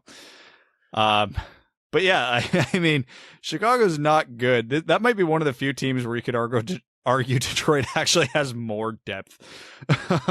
and they'll need to a better win goalie. Somewhere. What's they'll that? need to win somewhere because they're not playing Montreal 4 times this year. Yeah, exactly. So what was the division exactly? It would have been Detroit, Chicago, Nashville, Columbus, St. Louis. Yeah, I'm looking Dallas, at the map right now. It was the Florida teams, Tampa, and yeah, the Panthers. So we can't get away from that. I'm thinking Dallas would get chucked in with Colorado with the Pacific teams. Yeah, there's Minnesota, St. Louis, Nashville, Columbus, Detroit, Chicago, and then the Florida teams, and then the rest of the Eastern Seaboard within the United States goes to that division, and then all of Canada is like my rough estimate. Do the teams that have to go to Florida get like some kind of extra revenue sharing for the Rona they're definitely going to get? Yeah, but they get sweet parties, right? Florida's completely open to parties, so they'll be happy about that. We laugh because it hurts. Yeah, we'll have more to come on that. It was kind of a statement that's thrown out there that we've all kind of gleaned a lot of information from, but that's okay. Okay, without further ado, we're going to move on to overtime, which on this episode of the Winged Wheel podcast, it's technically a midweek episode, will be Patreon exclusive. Our patrons are the reasons we're able to do this show, even on random mega episodes, and then obviously more. No, I don't want to say nothing happened, but this is a big toned down episode. It's kind of nice. We don't feel so about it. Evan has color back in his face. I'm not strapping in for a 5-hour episode. No. We're going to start with Matthew M. Rice, who says, I'm curious to hear your thoughts on Svech for the 2020-21 season. What do the three of you view as his role this coming season? Is he a regular? What's his floor? What's his ceiling? In the long run, do you see him making the case to be a long-term piece for the Wings? Very important year ahead for him. Well, given that Svechnikov is no longer waiver eligible this year, I would hope he's a regular, because if not, we're sending him down and we're losing him for nothing. So, although that doesn't factor in potential expanded rosters. So, I don't know, because it's not a skill question with Svechnikov. We know he has it. It's an injury question, but his knee exploded and he lost a full season. So it's a very legitimate question whether or not he can be the player that he was supposed to be. If he has a decent year, I'm not saying he'll ever be a top 6 player on the Red Wings, but I think he could be a long-term option on the 3rd or 4th line, because he does have skill, but he is capable of playing that cycle game. That actually was one of the strengths of his game. So he can play that down and dirty role if you want him to. The counter to that is players like that are generally pretty easily replaceable. But hey, if he's young, cheap, I mean, yeah, keep him around. And he's got offensive touch. So you keep him and hope for the best at this point. And again, I would much rather have Svechnikov in the lineup on a nightly basis than an Adam Ernie or one of the other vets that we know are bad. Yeah, I think that last part's especially true. I'm not particularly high on Svechnikov. I'm not really sold on his potential as a player. I think we've maybe held out a touch too long, but I'll also admit and give that injuries have held him back in terms of us being able to see what he can really do. I don't see him as a top 6 guy really, but I'm not saying that that's gone from his ceiling. I just think it less likely. So yeah, I think it'd be silly to let this guy go without seeing what he could do. So I'm happy that he'll have the opportunity, and I do think that's his opportunity. In terms for what's his floor, I think his floor is that he's an AHLer, and that's the reality of it. But that doesn't mean that his ceiling isn't just as high as it was when he got drafted. So no better time than now to give him an unlimited shot at the roster. Yeah, it's not like absolutely. We're competing to make the playoffs, so may as well. Cody Stark says, true or false, the Red Wings' second line in 2024 will be Raymond, Veleno, Berggren. False, Raymond will be on the first line. God, yeah, I hope so.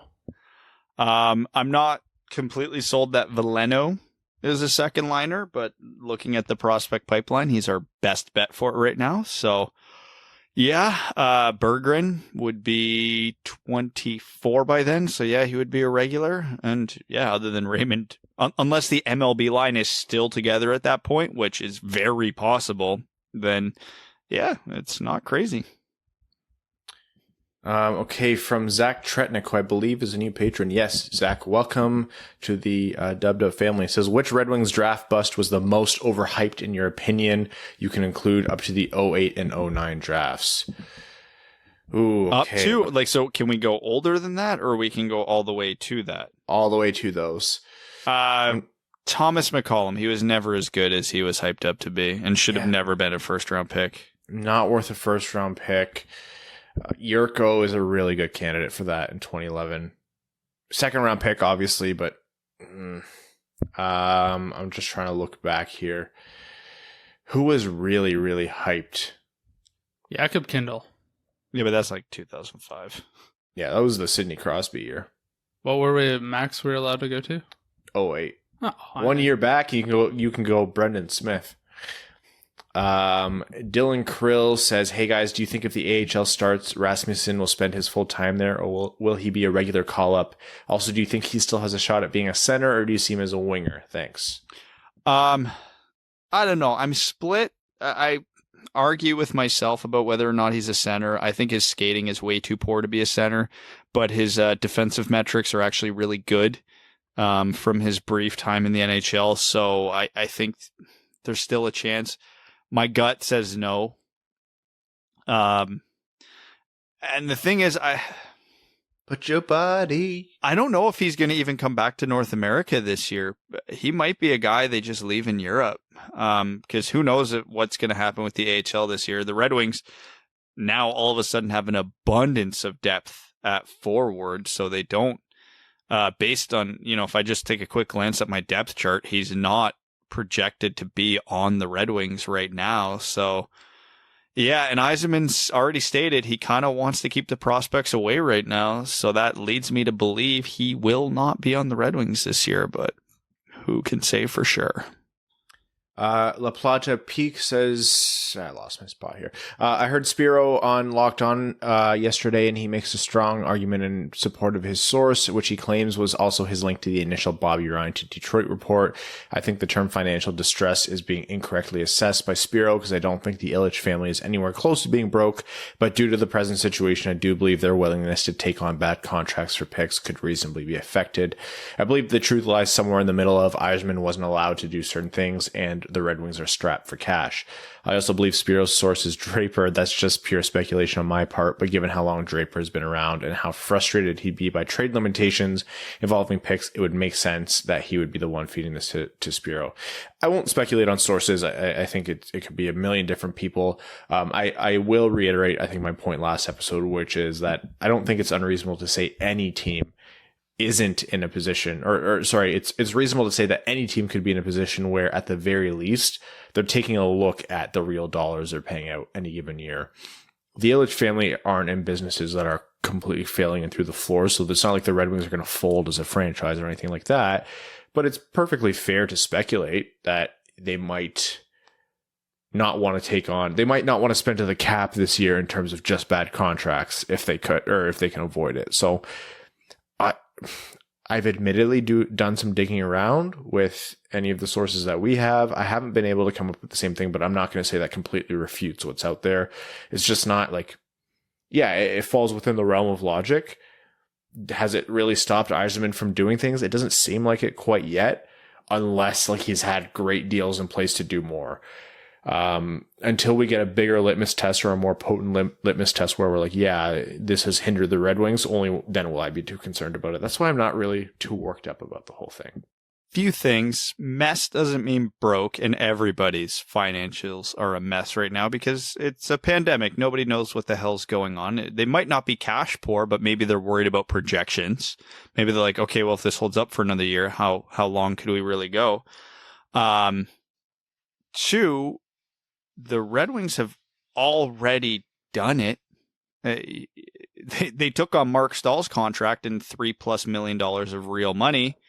So, I mean, they're doing it, and it probably just means that they're requesting Yzerman only do these deals if he's getting a truly good deal that, you know, give me an offer you can't refuse type situation.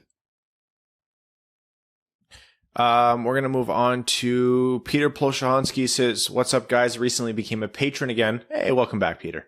Says, I had to put it on hold for a while because of financial uncertainty of the restaurant industry and my wife losing her job. Sorry to hear, man. I hope that's all coming back. I know the restaurants have been hit. Some of my favorite restaurants are closing. I'm really, really sad for the people first, and then, yeah. I have to say it feels good to be back. I can't believe the draft and free agency is over. You guys started talking about the 2020 draft last November. My question is, what Red Wings conversation are you sick of having with people? For example, I'm sick and tired of the what if we took Quinn Hughes instead of Zadina conversations. As I understand, we are higher on Bouchard and Boqvist anyways. And yes, I know by mentioning this, we're circling back to the conversation I just said I'm sick of having. Take it easy, guys. Ooh, I've already mentioned it this episode, but I'm going to repeat it again. It's been 1.5 years of, the Red Wings are the team that's in a great position to do an offer sheet. No, they're not. I'm going to give the cheap answer and say whichever is the obvious question. And it always seems to have this like lagging indicator where it just happens for weeks on end.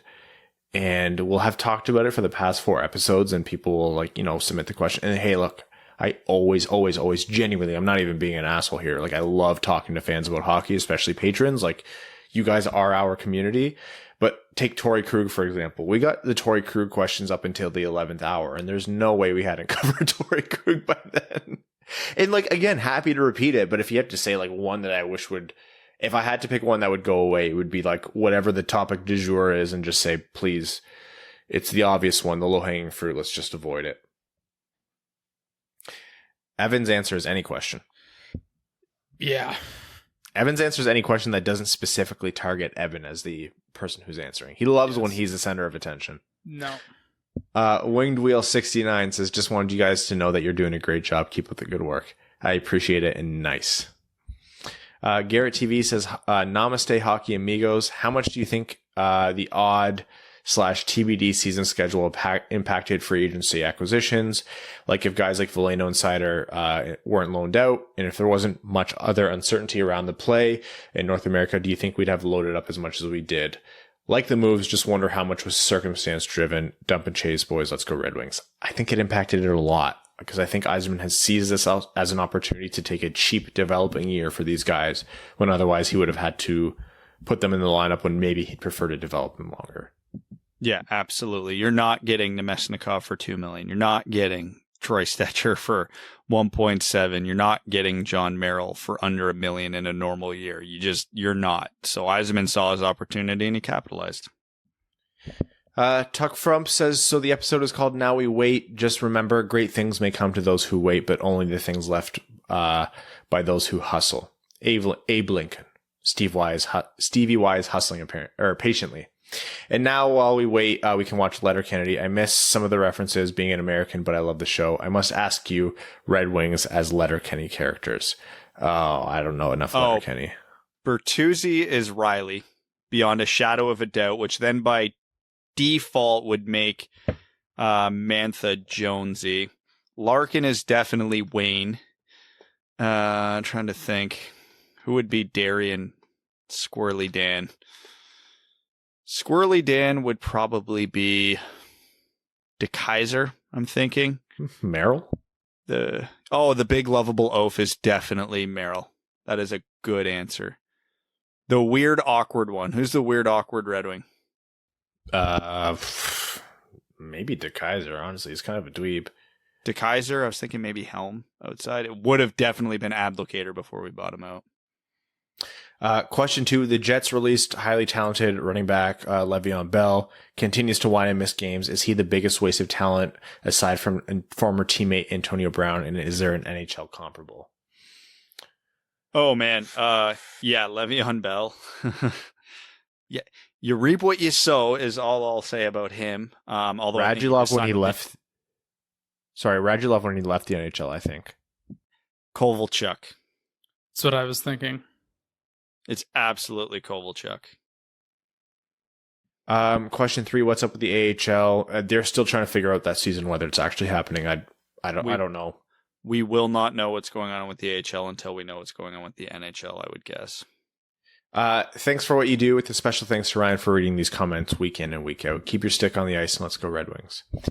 RC Tendy, whose comment I missed last week, I apologize, says, since you skipped my question last week, I just need you to say, now from the top, make it drop. That's some wop. I'm only saying wop. Now get a bucket and a mop. That's some wop. That's as much as I'll do. I'm sorry. Mel's in the other room laughing at me. Okay, so what are the chances if Bergeron stays healthy and keeps an above 1.0 points per game that we could see him come over for a few games at the end of the season? And what would be considered successful seasons for Veleno and Seider in the SHL? Well, if my standards for Bergeron would be about 0.5 to 0.75 points per game, I'll say the same thing for Veleno since they were drafted 3 picks apart. Seider, it's trickier because it's a less offensive game there. So I want to say I would like to see him put up roughly the same points per game that he did in the AHL last year, but I don't think that's reasonable because the AHL is a higher scoring league. So I don't know. I want to just see his defensive play continue to be solid because the one thing that's going to be harder for him with the bigger ice is his gap control is going to get really tested, and that's one of the strengths of his game. So if he can hone in on his positioning and gap control and that kind of stuff on the bigger ice surface, it's just going to translate even better in the NHL. So I'm going to look for small things like that. Seider's statistics are going to be way too hard to translate this year.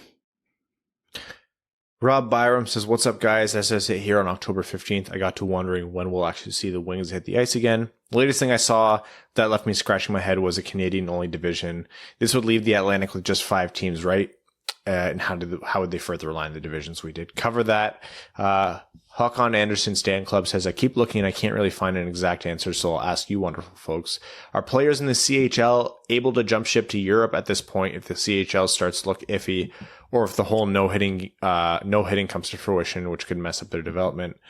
Also, my son turns 1 in 4 days and I'm really freaking out. My lady was trying to find Red Wing stuff for him and even looked on your website for some merch. However, she and I were both shown no podcast merch, but more a bunch of plain shirts, watches, and sunglasses labeled "I'm a product." Is this the 2020 fall line? No, there's onesies and there should be youth t-shirts, but if you can't find them, message me. I'll get you set up with one.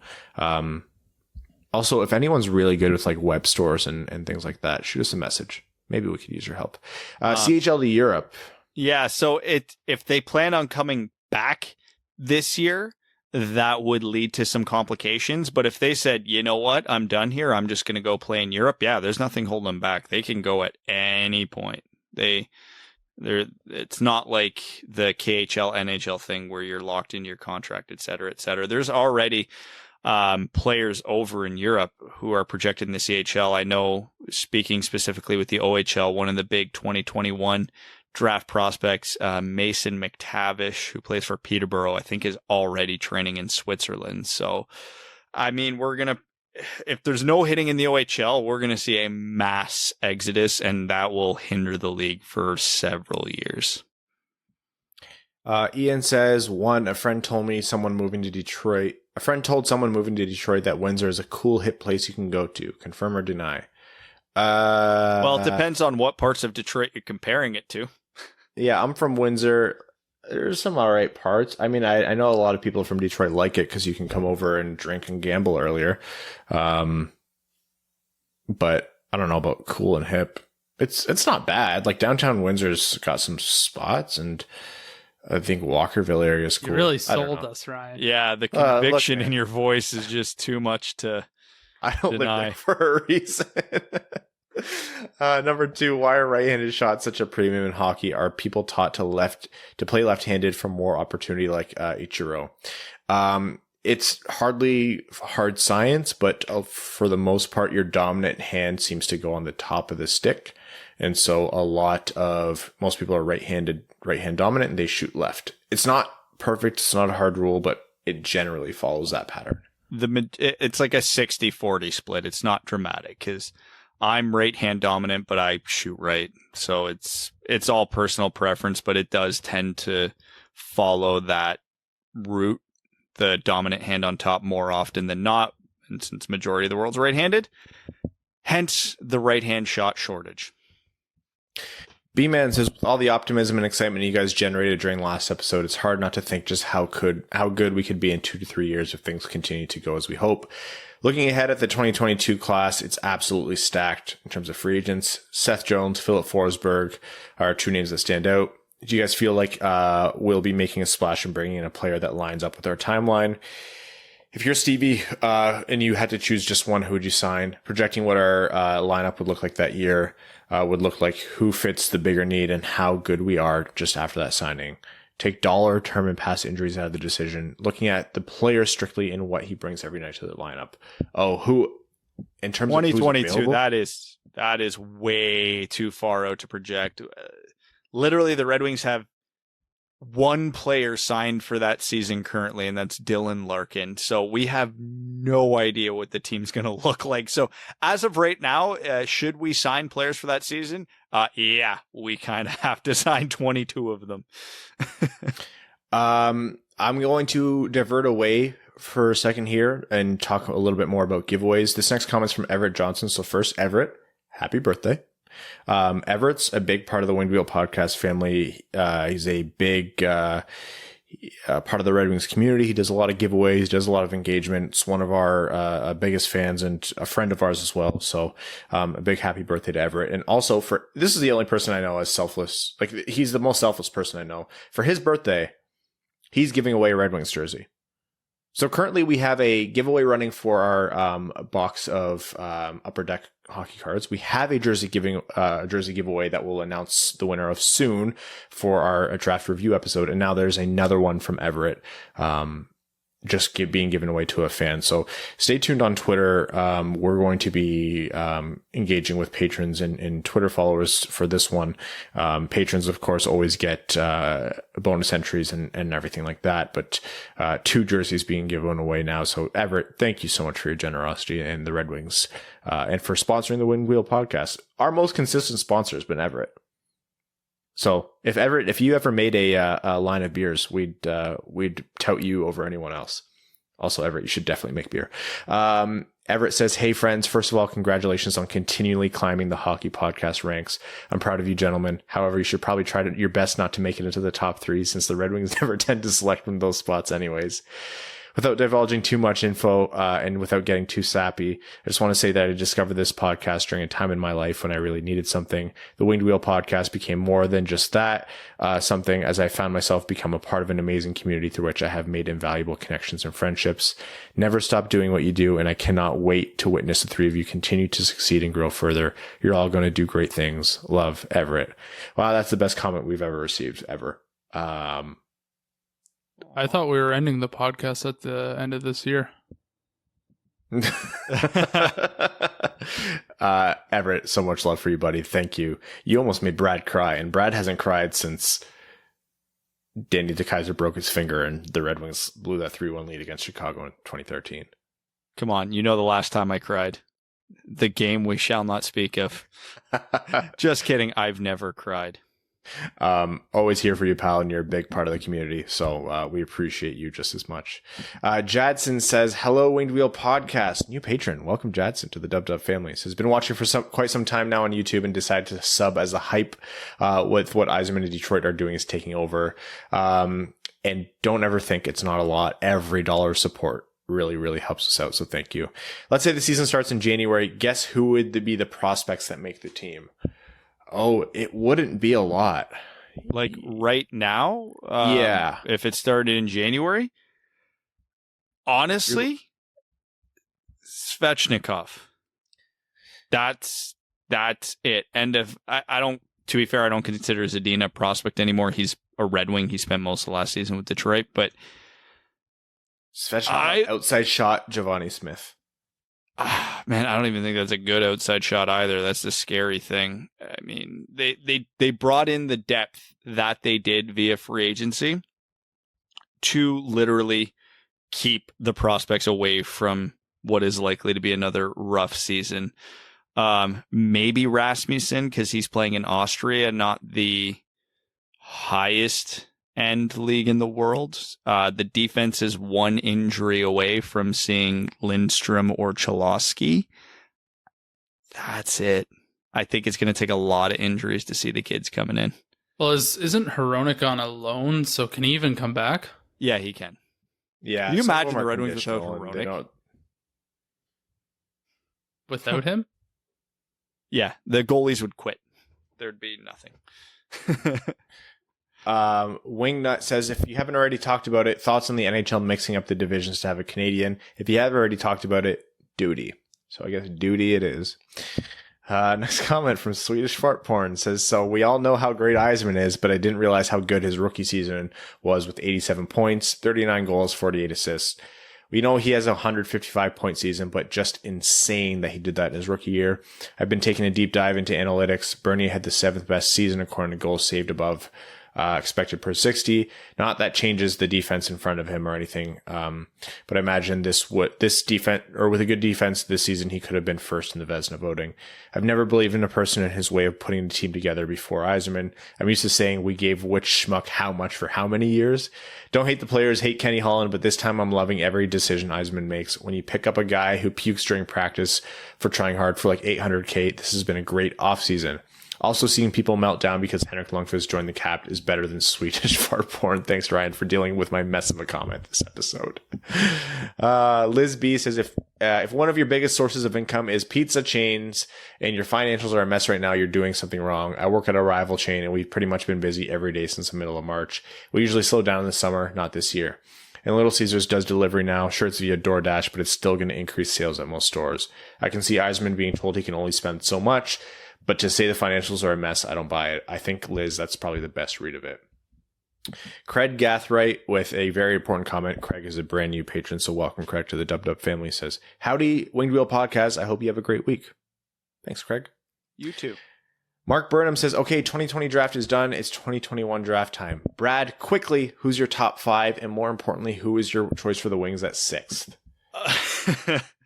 Oh, man, I have not done a deep dive, so I won't give a ranking of my top 5, but right now I'm a big fan of Atu Ratu, Kent Johnson, Owen Power, Brant Clark, Carson Lambos,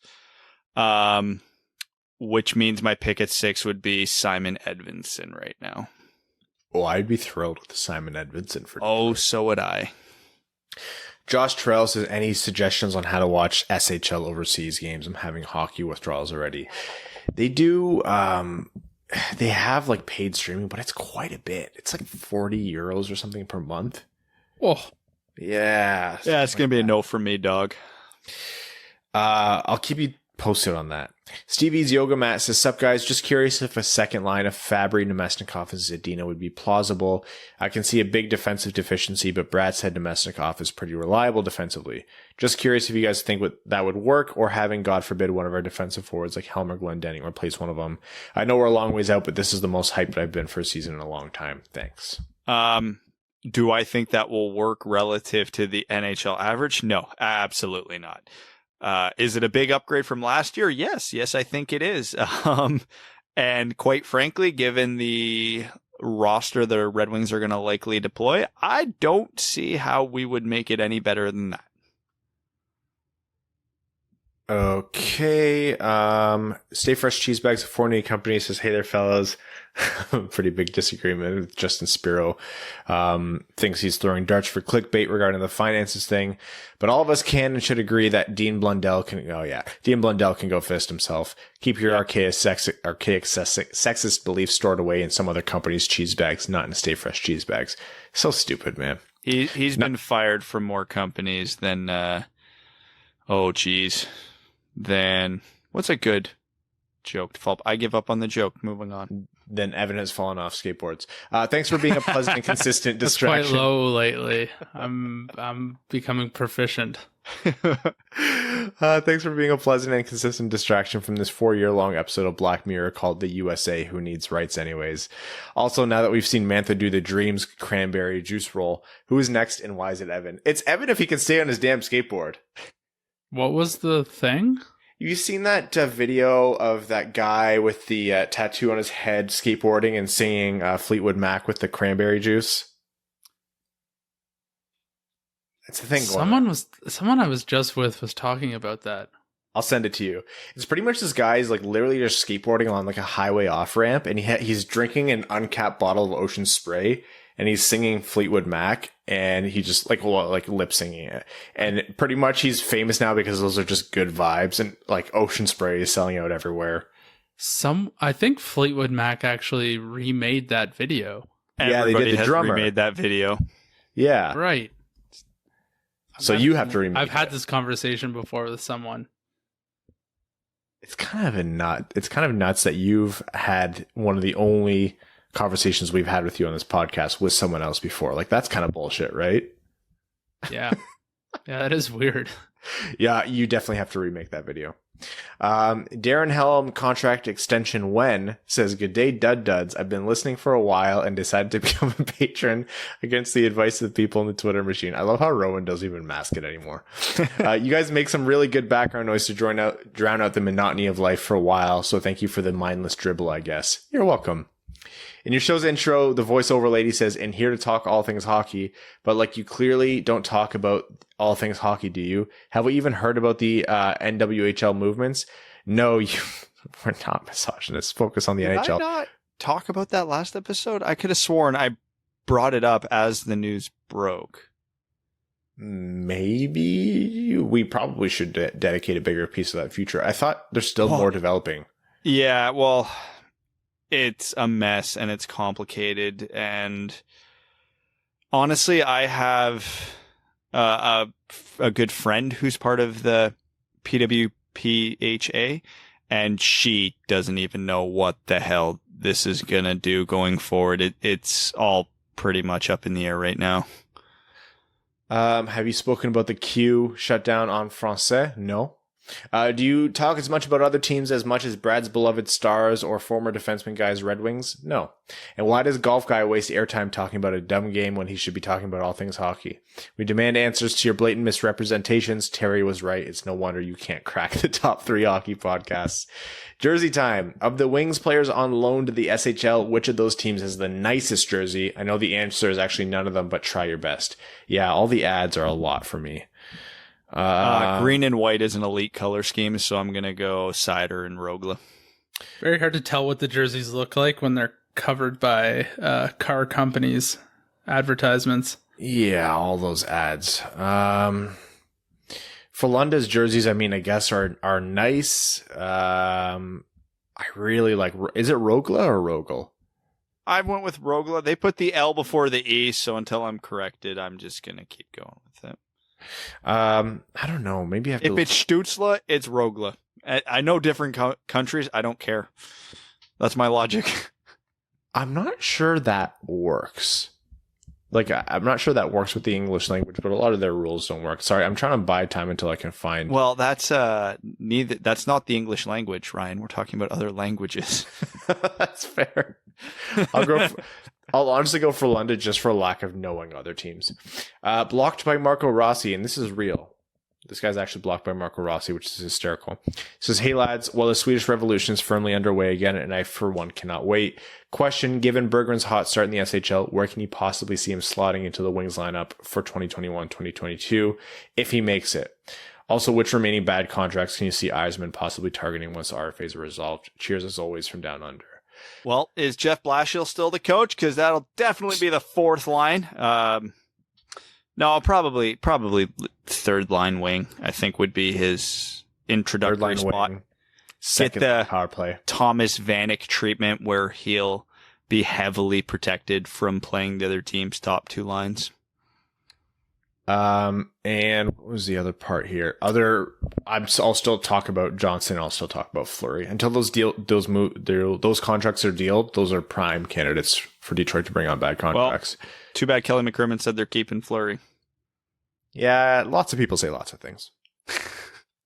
Zen Yzerman says, good evening, gents. I'm getting my first tattoo within the next few weeks, and it's none other than a stencil of the Red Wings logo in black on my arm. I'll be sure to share when it's complete. Question, do you guys have any tattoos? And if not, will you ever get one? I do not have any, but I am planning on getting one next year. I don't have any. I want a quarter or maybe half sleeve starting at my shoulder, and I want an octopus to be the centerpiece. I have wanted to do a half sleeve for a really, really long time, but two problems. One, I don't know what I would put on it to fill it out. And two, I don't have the balls to actually do it. If I pay you, will you put my face in there somewhere? Brad was just going to get a tramp stamp that said dad. That is not something that I needed. Yeah, you're going to get daddy. Yeah, and every time he passes out, we add the DY at the end. He's dying. Oh no. Chris B says, just for fun, design a hypothetical trade that can make sense centered around Laine for Mantha. Laine for Mantha is almost the trade at this point. I think Detroit would have to add. Yeah, but I don't think it would be as much as you would think. No. Laine McIsaac for Mantha. Or sorry, Mantha and McIsaac for Laine. No, it's the Jets suck on the right side, so Tuomisto and Mantha. Red Wings add a conditional second, and it stays a second if Mantha scores 40 plus goals. Yeah, that's fine by me. Stevie Langerman says, boys, I may be late getting this in, but just wanted to say thanks for all the awesome content and the Zoom hangout last week. Evan, I shot my personal low while on the call, a 92. You boys brought me luck. This guy shot his best round ever while he was on a Zoom call with us. That's amazing. We are the key. So stoked about all the Yzer moves on free agency, and I'm just so happy to be a Wings fan for the first time in years. Also, just want to shout out that I think it's so dope you guys peaked at number 4 on the hockey podcast charts. Incredible and huge congrats. Very well deserved, and I think there's something kind of cool about you being number 4 after the same year that the Red Wings picked 4th. Damn, can't wait to see Raymond repping the winged wheel. Looking forward to the pod, and thanks again, gents. Let's go Red Wings. Yzerman is our savior again. Stevie, congratulations. Great name, and appreciate the kind words. All right, guys, with that, we're going to wrap this episode. Believe it or not, if you're hearing a bunch of jump cuts this episode, it's because there were about 17 disconnects. I cannot wait till we're back in the studio. We got a lot of editing to do, so I'm going to wrap this up. We'd like to thank all of our listeners. All of you who've been giving us reviews on iTunes, that goes such a long way. So if you like the show and you're up for rating us 5 stars, that would mean a lot to us. All of our new listeners, welcome. Our listeners of old, thank you for sticking with us. Patrons, name level sponsors, you guys mean the world to us. Arjun Shanker, Terry, R.A., Brendan Lee, Zach Spring, Citizen High Five, Cody Stark, Greach, Jeremiah Dobo, Jake Kiefer, Swedish Fart Porn, Andrew Bohan, Scott Martin, Jacob Turner, Matt McKay, Craig Kibble, Brandon M., Matthew M. Rice, Luke Johnson, Kalen Wood, Hassam Al-Qassem, Charlie Elkins, Hana Lee, another former junior goalie turned golfer, Trevor Pevovar, Evans bingo card, Michael Alsante, Ashley Van Conant, Connor Leighton. I think Michael is a brand new name level sponsor, so thank you, Michael, and welcome. Connor Leighton, the king of, I'm just trying to load this, Wop and Roll, Elvis Wopsley. Matthew Keeler, Simon Anderson, Stay Fresh Cheese Bags of Fournier Company, Antonio Gracias, John Evans, Quaz, and Stan Olson. Thank you guys so much. Happy birthday, Everett. Make sure to retweet and follow the podcast on Twitter to enter into the competition to get the contest to get the jersey. And we will talk to you guys on Sunday. Thanks for tuning in to the Winged Wheel Podcast. Be sure to check out wingedwheelpodcast.com, where you can subscribe to the show on iTunes, Spotify, or wherever you get your podcasts. You'll also find links to other ways to support the show, such as Patreon, official podcast apparel, and more. And don't forget to follow the show on Twitter at Winged Wheel Pod. And of course, the hosts at Brad Crisco, at Ryan Hanna WWP, and at Hockey Town Evan.